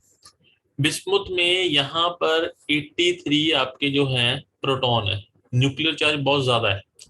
अब यहाँ पर पहला इसका शेल है जिसमें 2 इलेक्ट्रॉन है, फिर उसके बाद में सेकंड आ गया, फिर third, this is fourth, fifth, ये सिक्स्थ। 1 2 3 4 5 6, सॉरी 5 इलेक्ट्रॉन चाहिए, ठीक है, दिस इज 5। अब जरा ध्यान से इन इलेक्ट्रॉन पे फोकस करो। देखो न्यूक्लियर चार्ज तो बहुत बढ़ गया, ठीक है। अब जो इसके अंदर वाले इलेक्ट्रॉन है, ठीक है, जैसे कि 4f14, ठीक है, यहाँ पे जो 4f14 इलेक्ट्रॉन्स हैं, ठीक है, जो कि आपके एफ में प्रेजेंट है, ठीक है, ये आपके 4f14।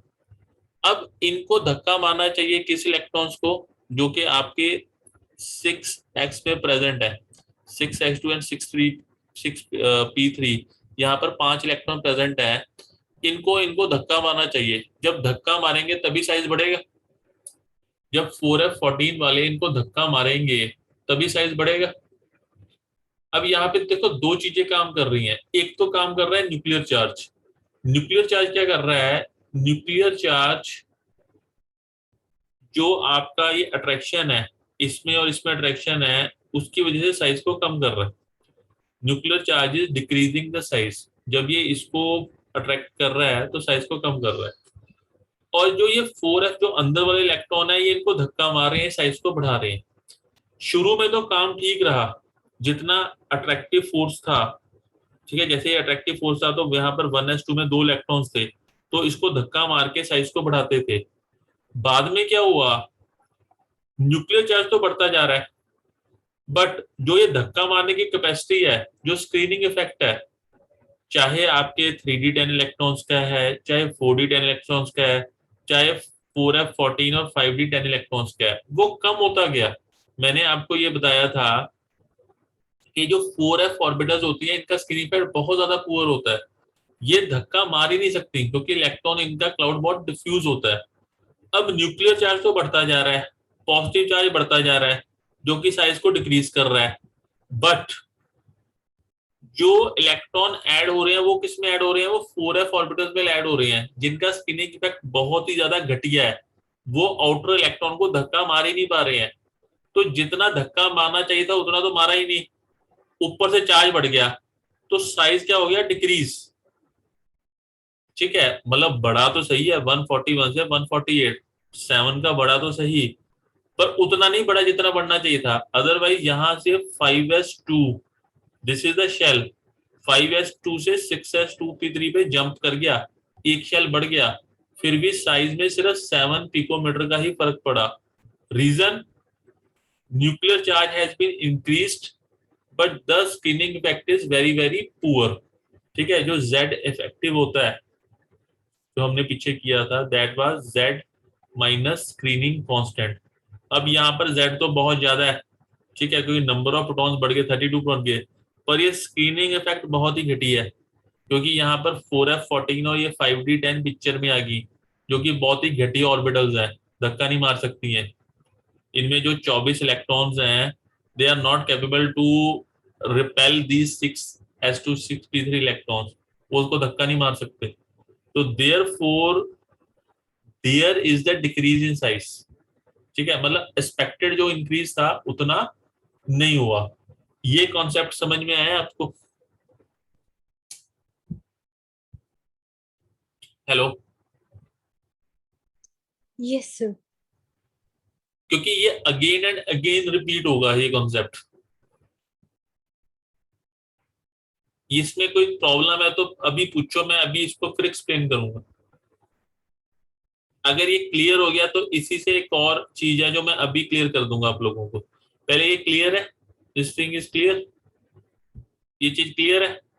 मैं जो कहना चाह रहा हूँ कि न्यूक्लियर चार्ज बढ़ता जा रहा है, बढ़ता जा रहा है, पर इलेक्ट्रॉन जो ऐड हो रहे हैं वो किस में हो रहे हैं, वो आपके उन ऑर्बिटल्स में ऐड हो रहे हैं जिनका स्पिनिंग इफेक्ट पुअर है, जिनमें धक्के मारने की कैपेसिटी नहीं है, वो आउटर इलेक्ट्रॉन्स को पुश नहीं कर सकते, साइज नहीं बढ़ा सकते, तो देयरफॉर साइज आपका डिक्रीज हो गया। ठीक है, डिक्रीज मतलब उतना इंक्रीज नहीं हुआ जितना होना चाहिए। ठीक है, सो दिस इज द कॉन्सेप्ट। और इसी कॉन्सेप्ट से एक और रिलेट चीज करती है जो मैं अभी एक्सप्लेन करूंगा, उसको बोलते हैं इनर्ट पेयर इफेक्ट। अब ये इनर्ट पेयर इफेक्ट क्या भला है, वो आगे आएगा, पर मैं इसको यहीं पे एक्सप्लेन कर देता हूँ इनर्ट पेयर इफेक्ट क्या है। अब नॉर्मली यहाँ पर नाइट्रोजन के पास 5 वैलेंस इलेक्ट्रॉन्स हैं, 2 + 3 5 है, ठीक है। ऐसे ही फास्फोरस के पास भी 5 इलेक्ट्रॉन्स हैं, आर्सेनिक के पास भी 5 इलेक्ट्रॉन्स हैं, एसबी के पास भी है, बिस्मुथ के पास भी है। जो नाइट्रोजन के पांचों इलेक्ट्रॉन है, जो 2s2 और 2p3 में है, ये बॉन्ड फॉर्मेशन में इसको यूज कर सकता है। तो नाइट्रोजन 5 इलेक्ट्रॉन को लूज कर सकता है, तो ये +5 ऑक्सीडेशन स्टेट को बना सकता है, पांचों के पांचों इलेक्ट्रॉन को लूज कर देगा। सिमिलरली फास्फोरस भी आपके पांचों के पांचों इलेक्ट्रॉन को लूज करके +5 बना देगा, ठीक है। आर्सेनिक भी कर देगा। एसबी और बिस्मुथ को प्रॉब्लम आती है, बिस्मुथ नहीं कर पाता। बिस्मुथ 3 इलेक्ट्रॉन तो लूज कर देगा जो आपके 6p में अवेलेबल है, पर ये 2 को नहीं कर पाता। अब उसका रीजन क्या है वो समझो। अभी मैंने पीछे आपको बताया था कि जो s ऑर्बिटल होती है ये स्फेरिकली सिमेट्रिकल होती है, इसमें जो इलेक्ट्रॉन डेंसिटी होती है वो कंसंट्रेटेड होती है, ठीक है। जो कि p ऑर्बिटल्स हैं या इसके आगे वाली जो ऑर्बिटल्स हैं उनमें जो इलेक्ट्रॉन डेंसिटी होती है वो उतनी ज्यादा कंसंट्रेटेड नहीं होती, होती तो है पर उतनी ज्यादा नहीं होती। अब यहाँ पर 2 इलेक्ट्रॉन्स आपके 6s ऑर्बिटल्स में हैं और बाकी जो 3 इलेक्ट्रॉन्स हैं वो 6p ऑर्बिटल्स में अवेलेबल है, ठीक है। अब जो 6s ऑर्बिटल में इलेक्ट्रॉन्स हैं वो एक स्ट्रॉन्ग बॉन्ड को फॉर्म कर लेते हैं न्यूक्लियस के साथ में, क्योंकि ये कंसंट्रेटेड रीजन में प्रेजेंट है, ठीक है। They form a strong bond with the nucleus, where as जो इलेक्ट्रॉन प्रेजेंट होते हैं p ऑर्बिटल्स में वो न्यूक्लियस के साथ में एक स्ट्रॉन्ग बॉन्ड को फॉर्म नहीं कर पाते। मैं रिपीट करता हूं, जो 6s ऑर्बिटल होती है वो आपकी स्फेरिकली सिमेट्रिकल होती है, कंसंट्रेटेड होती है। It forms a strong bond with the nucleus, इसको बोलते हैं पेनिट्रेटिंग पावर। जो आउटर मोस्ट इलेक्ट्रॉन्स या ऑर्बिटल्स में जो इलेक्ट्रॉन प्रेजेंट हैं अगर वो एक स्ट्रॉन्ग बॉन्ड बनाते हैं न्यूक्लियस के साथ में तो उसको बोलते हैं कि उनकी स्ट्रॉन्ग पेनिट्रेटिंग पावर है। पेनिट्रेट मतलब क्या है कि इस इलेक्ट्रॉन क्लाउड से पेनिट्रेट करके वो बॉन्ड बनाएगी न्यूक्लियस के साथ में। So 6s electrons have the strong penetrating power.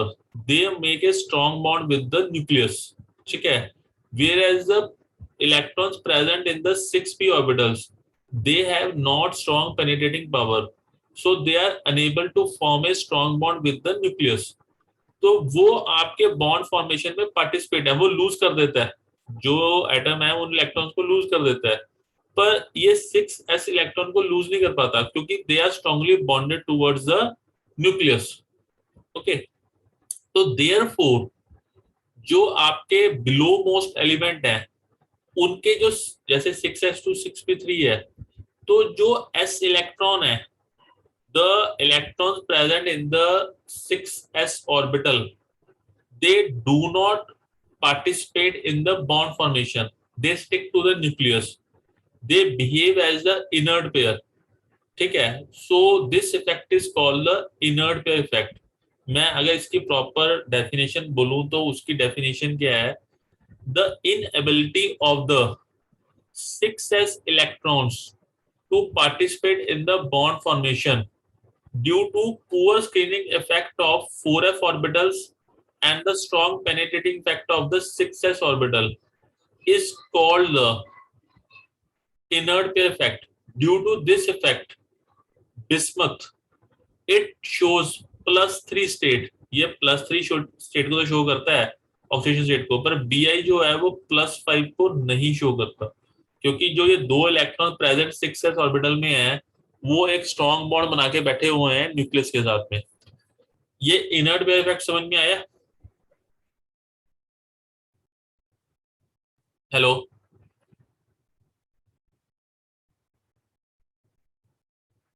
Yes sir. ठीक है। और ये जो प्रॉब्लम है ये बिस्मुथ में भी होगी, ये लेड में भी होती है जो पी ब्लॉक उसमें होता है, कार्बन फैमिली में होता है, और ये आगे जो है आपका जो ऑक्सीजन फैमिली है उसमें भी प्रॉब्लम आएगी टेलुरियम के उसके साथ में, टेलुरियम के साथ में। तो ये जो आपके लोअर मोस्ट एलिमेंट्स होते हैं जो 6 पीरियड में होते हैं उन सभी के साथ ये प्रॉब्लम आती है। उनमें जो इलेक्ट्रॉन 6s में प्रेजेंट होते हैं वो पार्टिसिपेट नहीं करते बॉन्ड फॉर्मेशन में, ठीक है। They do not participate in the bond formation. उसकी वजह से जो उनकी ऑक्सीडेशन स्टेट होती है वो आपके 6p पे डिपेंड करती है, 6s पे डिपेंड नहीं करती, ठीक है।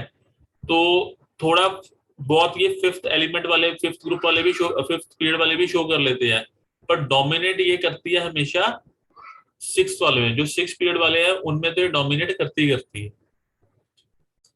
तो this is the inert pair effect. Okay, ये मैंने एक्सप्लेन कर दिया आपको, ठीक है, क्योंकि इनइफेक्टिव शील्डिंग होती है डी एंड एफ की, उसकी वजह से small increase in the radius या साइज है। उसके बाद में इनिशियल एंथैल्पी है। जो इनिशियल एंथैल्पी है, it value decreases down the group.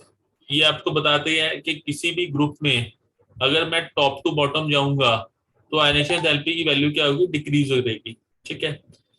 और group 15 elements have higher I value than group 14 and group 16 due to stable half filled configuration. इसको देख लेते हैं। जैसे कि सपोज करो मैं बात करता हूं कार्बन की, आपका जो सेकंड पीरियड है, तो पहले कार्बन, फिर नाइट्रोजन, फिर ऑक्सीजन।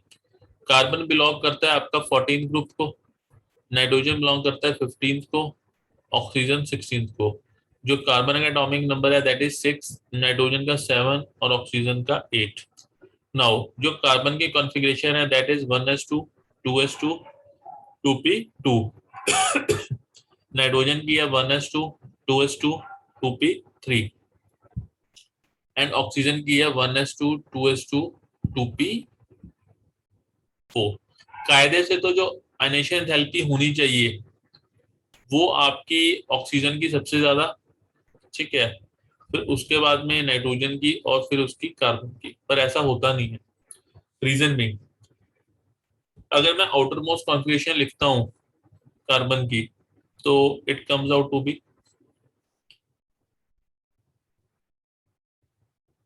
नाइट्रोजन की क्या होगी, इट वुड बी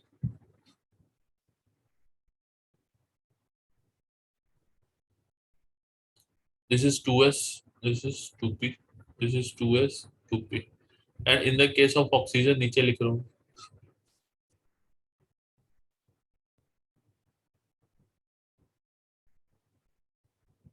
अब यहाँ पर क्या इशू है,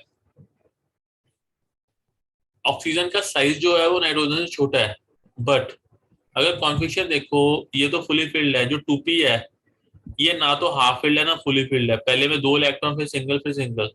अब नाइट्रोजन के पास क्या है, जो 2p है ये हाफ फिल्ड है, हाफ फिल्ड कॉन्फ़िगरेशन आपकी ज्यादा स्टेबल होती है। तो देयरफॉर जो नाइट्रोजन की जो इनिशियल एंथैल्पी होती है, ठीक है, वो आपकी ऑक्सीजन से भी बढ़ेगी और कार्बन से तो वो बड़ी बड़ी है, ठीक है। ओके, तो this is the thing, nitrogen की जो इनिशियल एंथैल्पी है वो ऑक्सीजन से भी बड़ी होगी और कार्बन से भी आपकी बड़ी होगी due to stable half filled configuration, ठीक है। ये बात समझ में आती है? Yes, sir. Then is the physical properties. इसमें all of the elements of this group they are polyatomic except nitrogen. Polyatomic का मतलब क्या है, जो नाइट्रोजन होता है that is the diatomic. Nitrogen जो होता है वो N2 की फॉर्म में होता है, बाकी जितने भी है पॉलीएटॉमिक है। जैसे फास्फोरस जो है वो P फॉर्म एग्जिस्ट करता है, आर्सेनिक आपका AS4 होता है, तो बाकी सारे पॉलीएटॉमिक है, ठीक है, except nitrogen. all the elements they are show the allotropy and the catenation। Allotropy क्या होती है बता सकते हैं, what is allotropy, Gunash? Hello, Yes, sir. क्या? व्हाट इज एलोट्रॉपी, एलोट्रॉपी क्या होती है?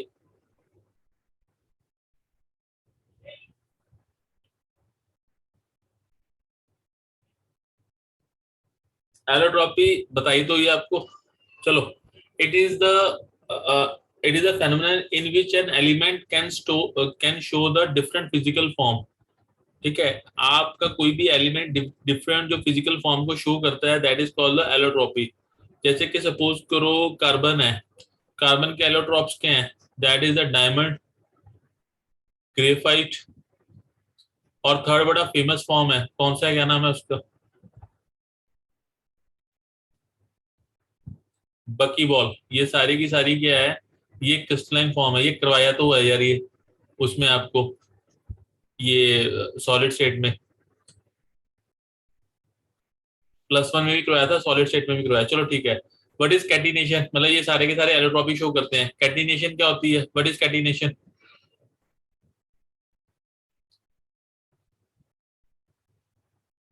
गुरपंथ, कैटिनेशन क्या चीज है?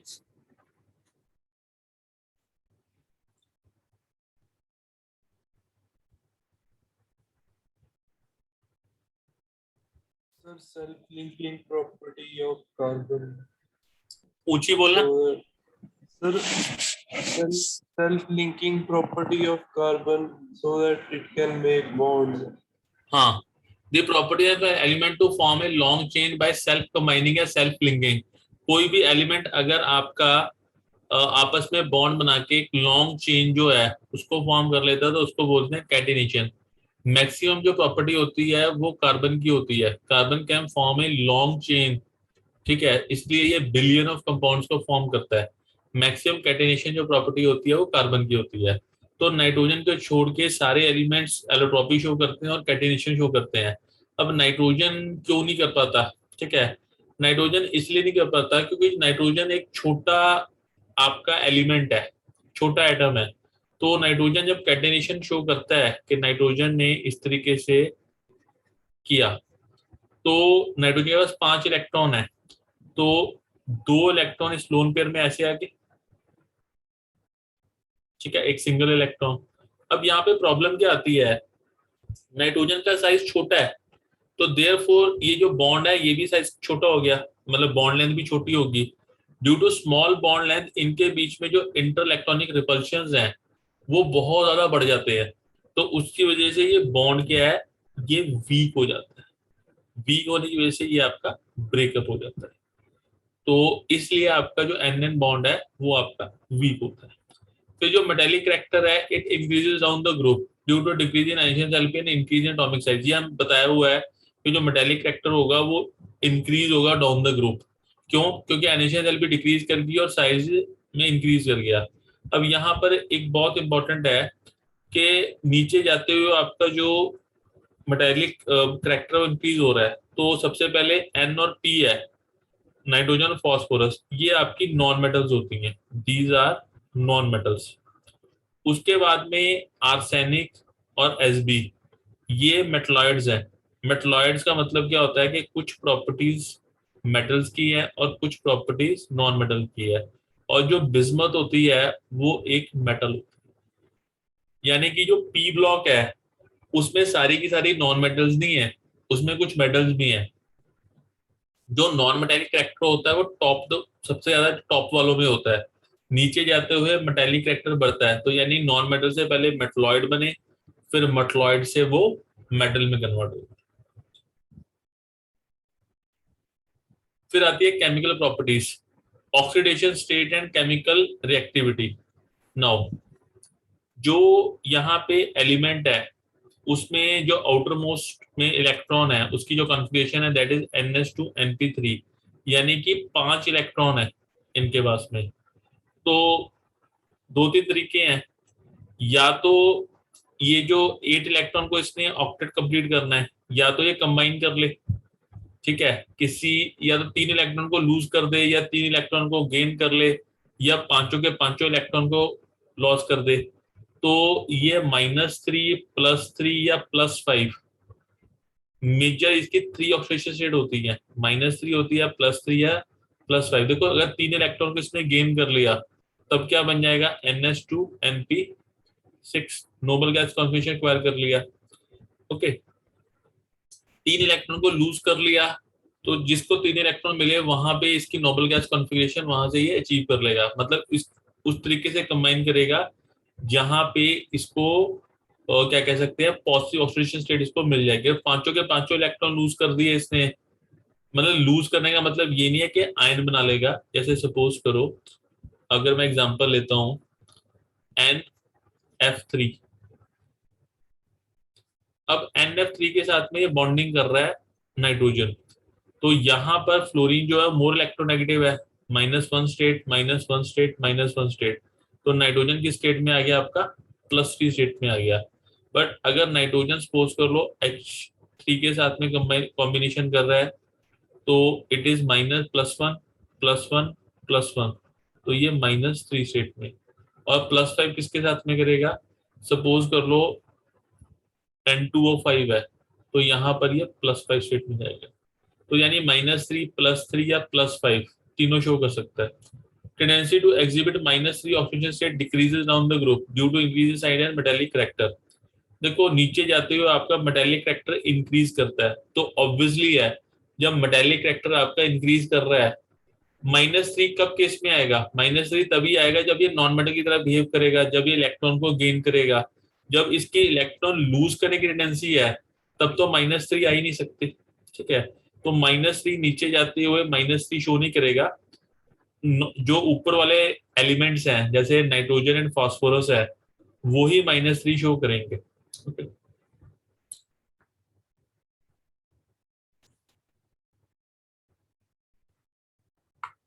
उसके बाद आता है +5 ऑक्सीडेशन स्टेट। नीचे जाते हुए +5 ऑक्सीडेशन स्टेट की जो टेंडेंसी होगी वो डिक्रीज करेगी और +3 की इंक्रीज करेगी। रीजन उसका due to inert pair effect. देखो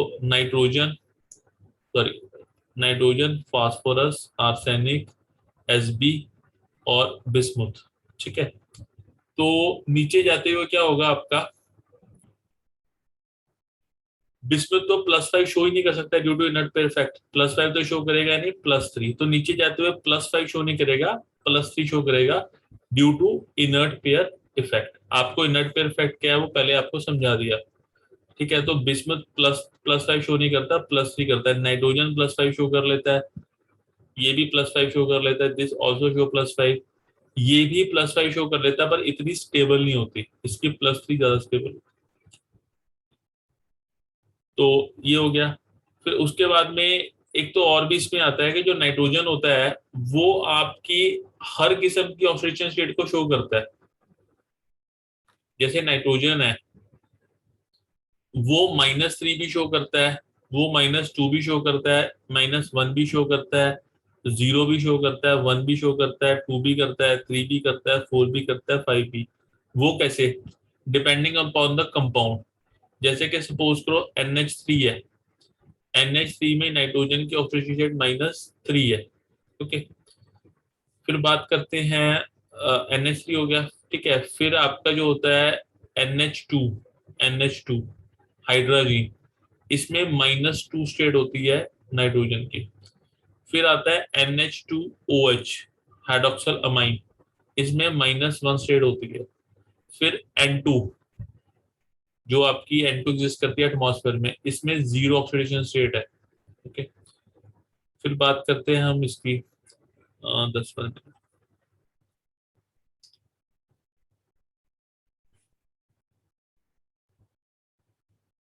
NHF2, ओके।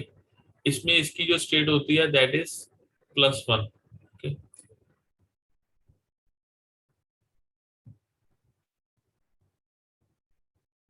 फिर आपका आता है इसके आगे वाली state, then it is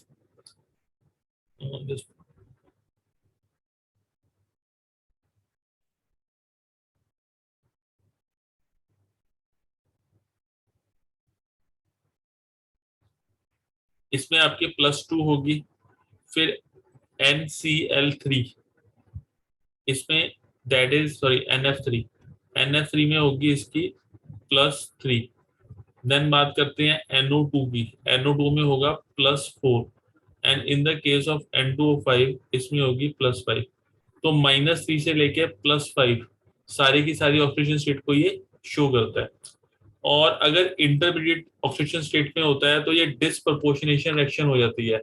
now what is disproportionation reaction, Guransh disproportionation reaction क्या होती है?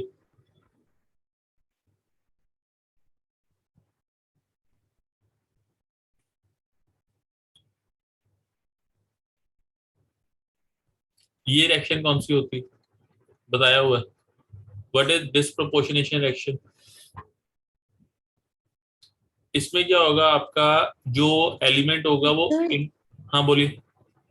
ऑक्सीडेशन और रिडक्शन दोनों होते हैं। Very good, simultaneously oxidation and reduction होती है। तो HNO2 में इसमें कौन सी स्टेट में है, इसमें ये है आपका +3 स्टेट में है, तो इसकी ऑक्सीडेशन हो जाएगी, +5 में कन्वर्ट हो गया तो ऑक्सीडेशन होगी, एंड ये आपका +2 में हो गया तो इसकी रिडक्शन होगी। तो साइमल्टेनियसली ऑक्सीडेशन एंड रिडक्शन हो जाएगी। तो अगर ये इंटरमीडिएट स्टेट में है तो ये डिस्प्रोपोर्शनल रिएक्शन भी इसकी हो जाती है। सो दिस वाज मतलब ये ऑक्सीडेशन स्टेट्स का है। उसके बाद में इनर्ट पेयर इफेक्ट जो है वो ऑलरेडी मैं आपको एक्सप्लेन कर चुका हूँ। ओके, फिर आती है अनॉमलस प्रॉपर्टीज ऑफ नाइट्रोजन। अब जो नाइट्रोजन है इसकी जो प्रॉपर्टीज है इसके ग्रुप मेंबर से कुछ डिफरेंट होती है। रीजन उसका क्या है? रीजन उसका ये है, कोई भी ग्रुप मेंबर है, चाहे नाइट्रोजन है, चाहे बोरॉन है, चाहे कार्बन है, या चाहे ऑक्सीजन है, चाहे फ्लोरीन, जो भी आपके सेकंड पीरियड में टॉप पे होते हैं एलिमेंट्स, उनकी जो प्रॉपर्टीज होती हैं वो नीचे वाले एलिमेंट से डिफरेंट होती है। हालांकि जो ग्रुप में प्रॉपर्टीज होनी चाहिए वो सेम होनी चाहिए, क्योंकि ग्रुप में इलेक्ट्रॉनिक कॉन्फ़िगरेशन सबकी सेम होती है, बट फिर भी आपका जो टॉप मोस्ट एलिमेंट होता है किसी भी ग्रुप का, उसकी कुछ प्रॉपर्टीज डिफरेंट होती हैं दूसरे एलिमेंट से। रीजन, क्योंकि टॉप का जो एलिमेंट होगा उसका सबसे स्मॉल साइज होगा, उसकी इलेक्ट्रोनेगेटिविटी सबसे ज्यादा हाई होगी, उसकी हाई इनिशियल एंथैल्पी होगी क्योंकि छोटा साइज है, और उसमें non availability of D orbitals, ठीक है, उसमें डी ऑर्बिटल्स प्रेजेंट नहीं होती। रीजन देखो, जैसे नाइट्रोजन है 7 इज एटॉमिक नंबर, तो 1s2 2s2 2p3, आगे 3 तो आए नहीं कहीं पिक्चर में, तो 3d ऑर्बिटल्स भी नहीं होंगी। बट सपोज करो मैं फास्फोरस की बात करता हूँ, दैट इज 15, तो इसमें 1s2 2s2 2p6 3s2 3p3। अब देखो 15 के 15 इलेक्ट्रॉन इसके यूज हो गए, 15 इलेक्ट्रॉन, बट इसकी 3d zero, 3d orbital exist तो कर ही रही है, वो खाली जरूर है, बट अवेलेबिलिटी तो है। यहाँ पे तो अवेलेबिलिटी है ही नहीं क्योंकि 2d तो एग्जिस्ट ही नहीं करती है। अगर थर्ड आपका शेल आएगा तभी आपकी 3d आएगी। तो देयरफॉर ये सभी के साथ प्रॉब्लम है, boron, carbon, nitrogen, oxygen, fluorine, सबसे छोटा size, high electronegativity, high initial enthalpy and non availability of D orbital. इन चारों वजह से जो टॉप मोस्ट एलिमेंट होते हैं इनकी जो प्रॉपर्टीज होती है ग्रुप के दूसरे मेंबर से अलग होती हैं। ओके, तो first member of the group shows a different properties due to these reasons. अब वो कौन कौन से, हमने यहाँ पर सिर्फ नाइट्रोजन की बात करनी है, सबकी बात नहीं करनी, तो वो किस वजह से है उसको देख लेते हैं वन बाय वन करके।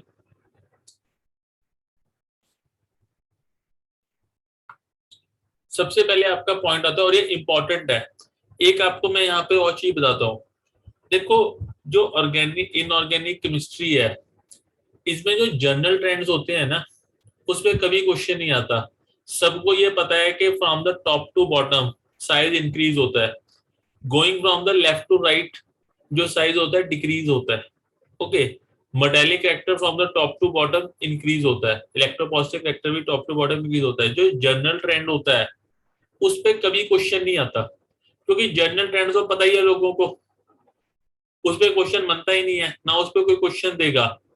जो एक्सेप्शन होती हैं उन पे क्वेश्चन आता है। अभी हमने पीछे एक एक्सेप्शन की थी, ये वाली, दिस वन, जो आपका ये था आपका एन बॉन्ड जो वीक है, ठीक है, या ये वाली एक्सेप्शन की थी कि जो नाइट्रोजन है उसकी जो इनिशियल एंथैल्पी है वो ऑक्सीजन से कम क्यों है, हालांकि ज्यादा क्यों है, हालांकि ऑक्सीजन का जो साइज है वो नाइट्रोजन से छोटा होता है।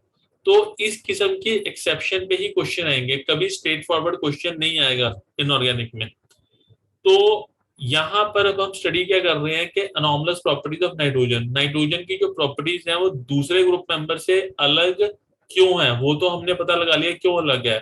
अब कौन कौन सी ऐसी प्रॉपर्टीज है जो अलग है, तो सबसे पहले तो आपका जो आता है, जो N2 है वो आपका अनरिएक्टिव होता है, इनर्ट है due to strong pi bonds. सबसे पहली प्रॉपर्टी तो ये जो N2 होती है इनर्ट। देखो एटमॉस्फेयर में 78% आपकी N2 है, इसलिए हम लोग बचे हुए हैं। हालांकि ऑक्सीजन की कमी से काफी लोगों की मौत होगी, बट सपोज करो अगर 78% अगर ऑक्सीजन हो और 21% या 20.8% नाइट्रोजन हो तो क्या हो, वो बेनिफिशियल है या नुकसानदायक है? वो बहुत ज्यादा नुकसानदायक है। अगर 78% O2 जो है अगर एनवायरनमेंट में अवेलेबल हो जाए तो इतना ज्यादा ऑक्सीडेशन हो जाएगा कि जो जितना भी वेजिटेशन है वो सारे का सारा ऑक्सीडाइज ही हो जाएगा। ठीक है, इतनी ज्यादा ऑक्सीडेशन होगी ब्रिजेस की या आपके जितना मेटल्स हैं वो सारे का सारा करोड़ ही हो जाएगा। ठीक है, तो वो बेनिफिशियल नहीं है। ये जो 28 पॉइंट है एक कमी होनी चाहिए। ओके, अब N2 जो होती है अनरिएक्टिव होती है। क्यों है? क्योंकि इसमें स्ट्रॉन्ग पाई पाई बॉन्ड्स हैं। देखो नाइट्रोजन जो होता है इसका एटॉमिक नंबर है 7, तो it is 1s2 2s2 2p3। तो 2p3 मतलब 3 electron, px py pz, 3 orbital है, तीनों में सिंगल सिंगल इलेक्ट्रॉन। अगर मैं एक नाइट्रोजन एटम यहाँ पे फिट करता हूँ, एक यहाँ पर, तो ये pz, this is the z axis, z axis के अलोंग, ठीक है, जो pz ऑर्बिटल होती हैं वो आपस में क्या कर लेती हैं, एक्सियल ओवरलैप। एक्सिस के अलोंग क्या कर लिया उन्होंने, एक्सियल ओवरलैप। तो एक्सियल ओवरलैपिंग से बनता क्या है, सिग्मा बॉन्ड बनता है। अब पी वाई और पी एक्स, इनमें दोनों में सिंगल सिंगल इलेक्ट्रॉन है। तो this is the P x, ये आपका पी एक्स, ये पी एक्स।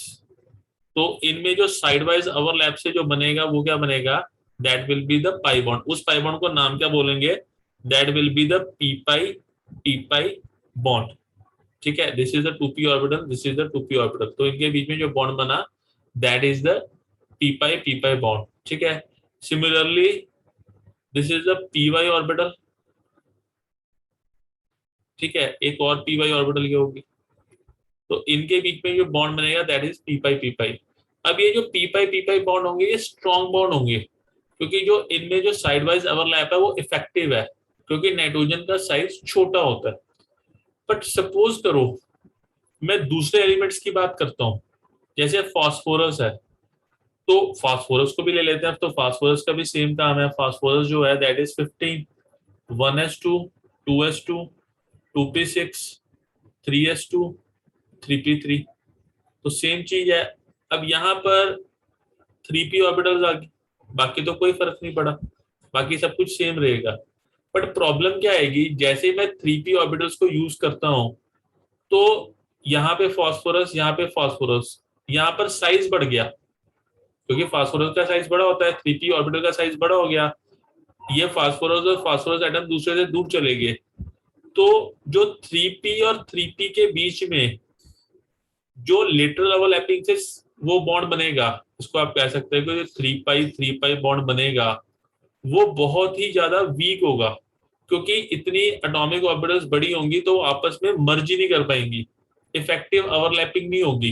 तो अगर इफेक्टिव ओवरलैपिंग नहीं होगी तो स्ट्रॉन्ग पाई पाई पाई बॉन्ड नहीं बने, वो अल्टीमेटली टूट ही जाएंगे, तो उसका कोई फायदा होने वाला है नहीं। तो इसलिए वो स्ट्रॉन्ग पाई पाई पाई बॉन्ड नहीं बना सकते। लिखा है other elements of group do not form strong pi pi bond as their atomic orbitals are large and diffuse, so they cannot have the effective overlapping। वो आपस में ओवरलैप ही कर नहीं पाएंगे। ठीक है, ये पॉइंट समझ में आ गया कि nitrogen can form P pi bond, but other elements of group can not form strong P pi bond. बना लेते हैं पर स्ट्रॉन्ग नहीं होते, वीक होते हैं, टूट जाते हैं। तो पहला पॉइंट हमने कवर कर लिया, फिर आगे चलते हैं।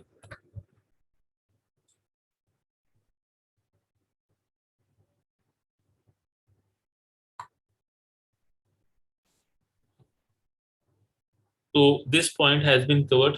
ठीक है, अब सेकंड देखते हैं।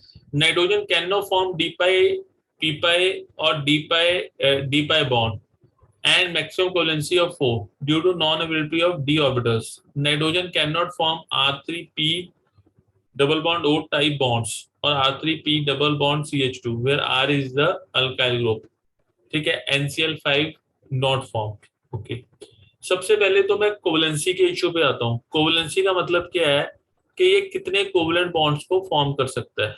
ठीक है, ये 4 कोवलेंट बॉन्ड्स को फॉर्म कर सकता है। एक ना अक्सर गलतफहमी है, वो गलतफहमी क्या है कि नाइट्रोजन की जो ऑक्सीडेशन स्टेट है वो +5 हो सकती है। अगर ये +5 है तो इसका मतलब यह है कि ये 5 बॉन्ड्स को फॉर्म कर रहा है। ये गलत है। ऑक्सीडेशन स्टेट +5 जरूर है कि उसने they are suppose to be losing the 5 electrons, पर इसका मतलब ये नहीं कि 5 बॉन्ड्स बना लिए। वो आपके 4 कोवलेंट बॉन्ड्स ही बना सकता है, इससे ज्यादा नहीं बना सकता। रीजन बीइंग, जो नाइट्रोजन की जो कॉन्फ़िगरेशन है that is 1s2 2s2 2p3। अगर मैं इसको लिखता हूं तो this is 2s, this is 2p। इसके पास में सिर्फ 4 एटॉमिक ऑर्बिटल ही हैं, ठीक है, only 4 atomic orbitals are present. ठीक है, ये इसकी हाइब्रिडेशन वगैरह भी कर सकता है। हाइब्रिडेशन करके भी जितनी एटॉमिक ऑर्बिटल्स होंगी उतनी ही आपकी हाइब्रिड ऑर्बिटल्स भी आपको मिलेंगी। तो अगर इसके पास 4 एटॉमिक ऑर्बिटल्स हैं तो मैक्सिमम कोवलेंट बॉन्ड ये 4 ही बना सकता है, इससे ज्यादा नहीं बना सकता। तो इसकी जो कोवलेंसी है वो मैक्सिमम 4 है। बट दूसरों के साथ ये प्रॉब्लम नहीं है। जैसे फास्फोरस है, वो अपनी कोवलेंसी को बढ़ा सकता है। वो कैसे बढ़ा सकता है? क्योंकि जो फास्फोरस की अगर मैं बात करता हूं तो इसका एटॉमिक नंबर 15 है। तो it is 1s2 2s2 2p6 3s2 3p3 और 3d इसकी खाली है। तो अगर मैं इसकी आउटर मोस्ट लिखता हूं तो दिस इज 3s, फिर आपकी 3p आ गई, इसमें 3 ऑर्बिटल प्रेजेंट है। फिर उसके बाद में 3d में 5 ऑर्बिटल प्रेजेंट है।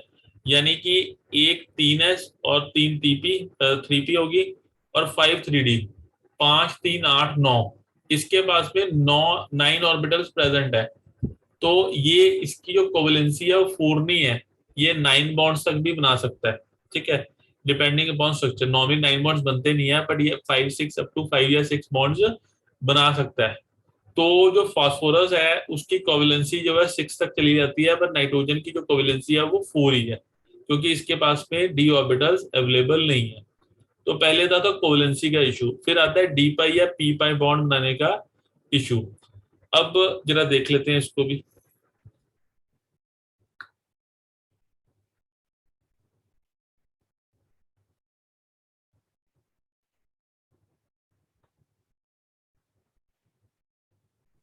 अब जैसे एक कंपाउंड है R3P डबल बॉन्ड O।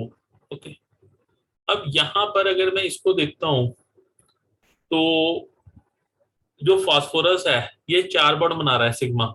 ठीक है, इसकी स्ट्रक्चर कुछ ऐसी है, P R R R double bond O।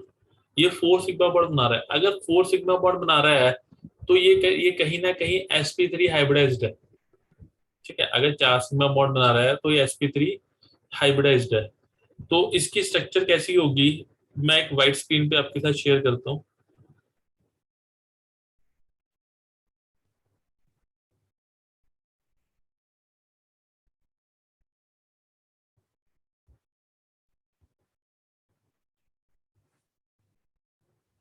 देख, नो, फॉस्फोरस का होता है आपका एटॉमिक नंबर 15। तो it is 1s2 2s2 2p6 3s2 3p3 और 3d इसकी खाली।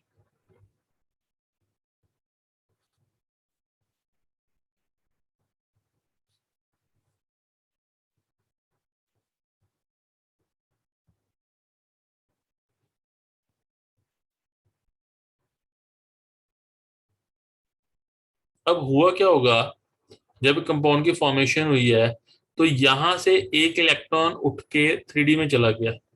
तो स्ट्रक्चर क्या बन गई, this is 3s 3p and 3d में सिंगल इलेक्ट्रॉन।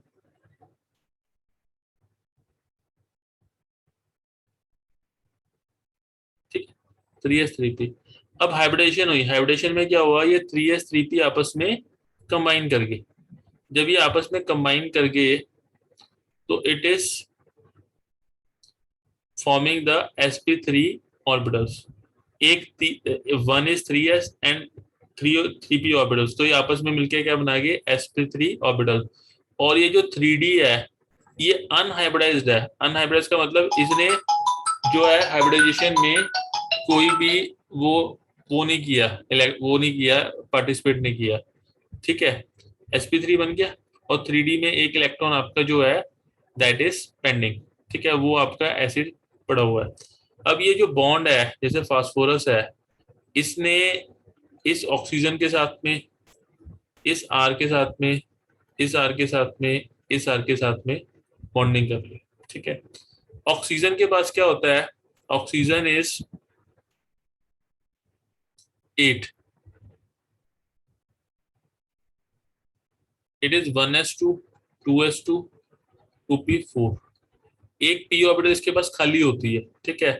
तो उस p ऑर्बिटल में क्या है, आपका सिंगल इलेक्ट्रॉन प्रेजेंट है और यहाँ पे इसमें d ऑर्बिटल में इलेक्ट्रॉन प्रेजेंट है। तो यहाँ पे इसने बॉन्डिंग कर ली, this is 3d and this is 2p। ये ऑक्सीजन की 2p और इसकी 3d। तो यहाँ पे जो लेटरल ओवरलैपिंग से जो बॉन्ड बना उसको क्या बोलेंगे, it will be called the D pi P pi bond, ठीक है। तो ये फास्फोरस के केस में पॉसिबल है D pi P pi bond, क्योंकि इसके पास डी ऑर्बिटल अवेलेबल है। पर नाइट्रोजन ये काम नहीं कर सकता, क्योंकि नाइट्रोजन के पास यहाँ पर डी ऑर्बिटल्स प्रेजेंट ही नहीं होंगी, तो वो D pi P pi bond नहीं बना सकता, वहां पे इसकी ये लिमिटेशन है। दिस इज ओके, ये समझ में आता है आपको? Hello, yes sir. ठीक है।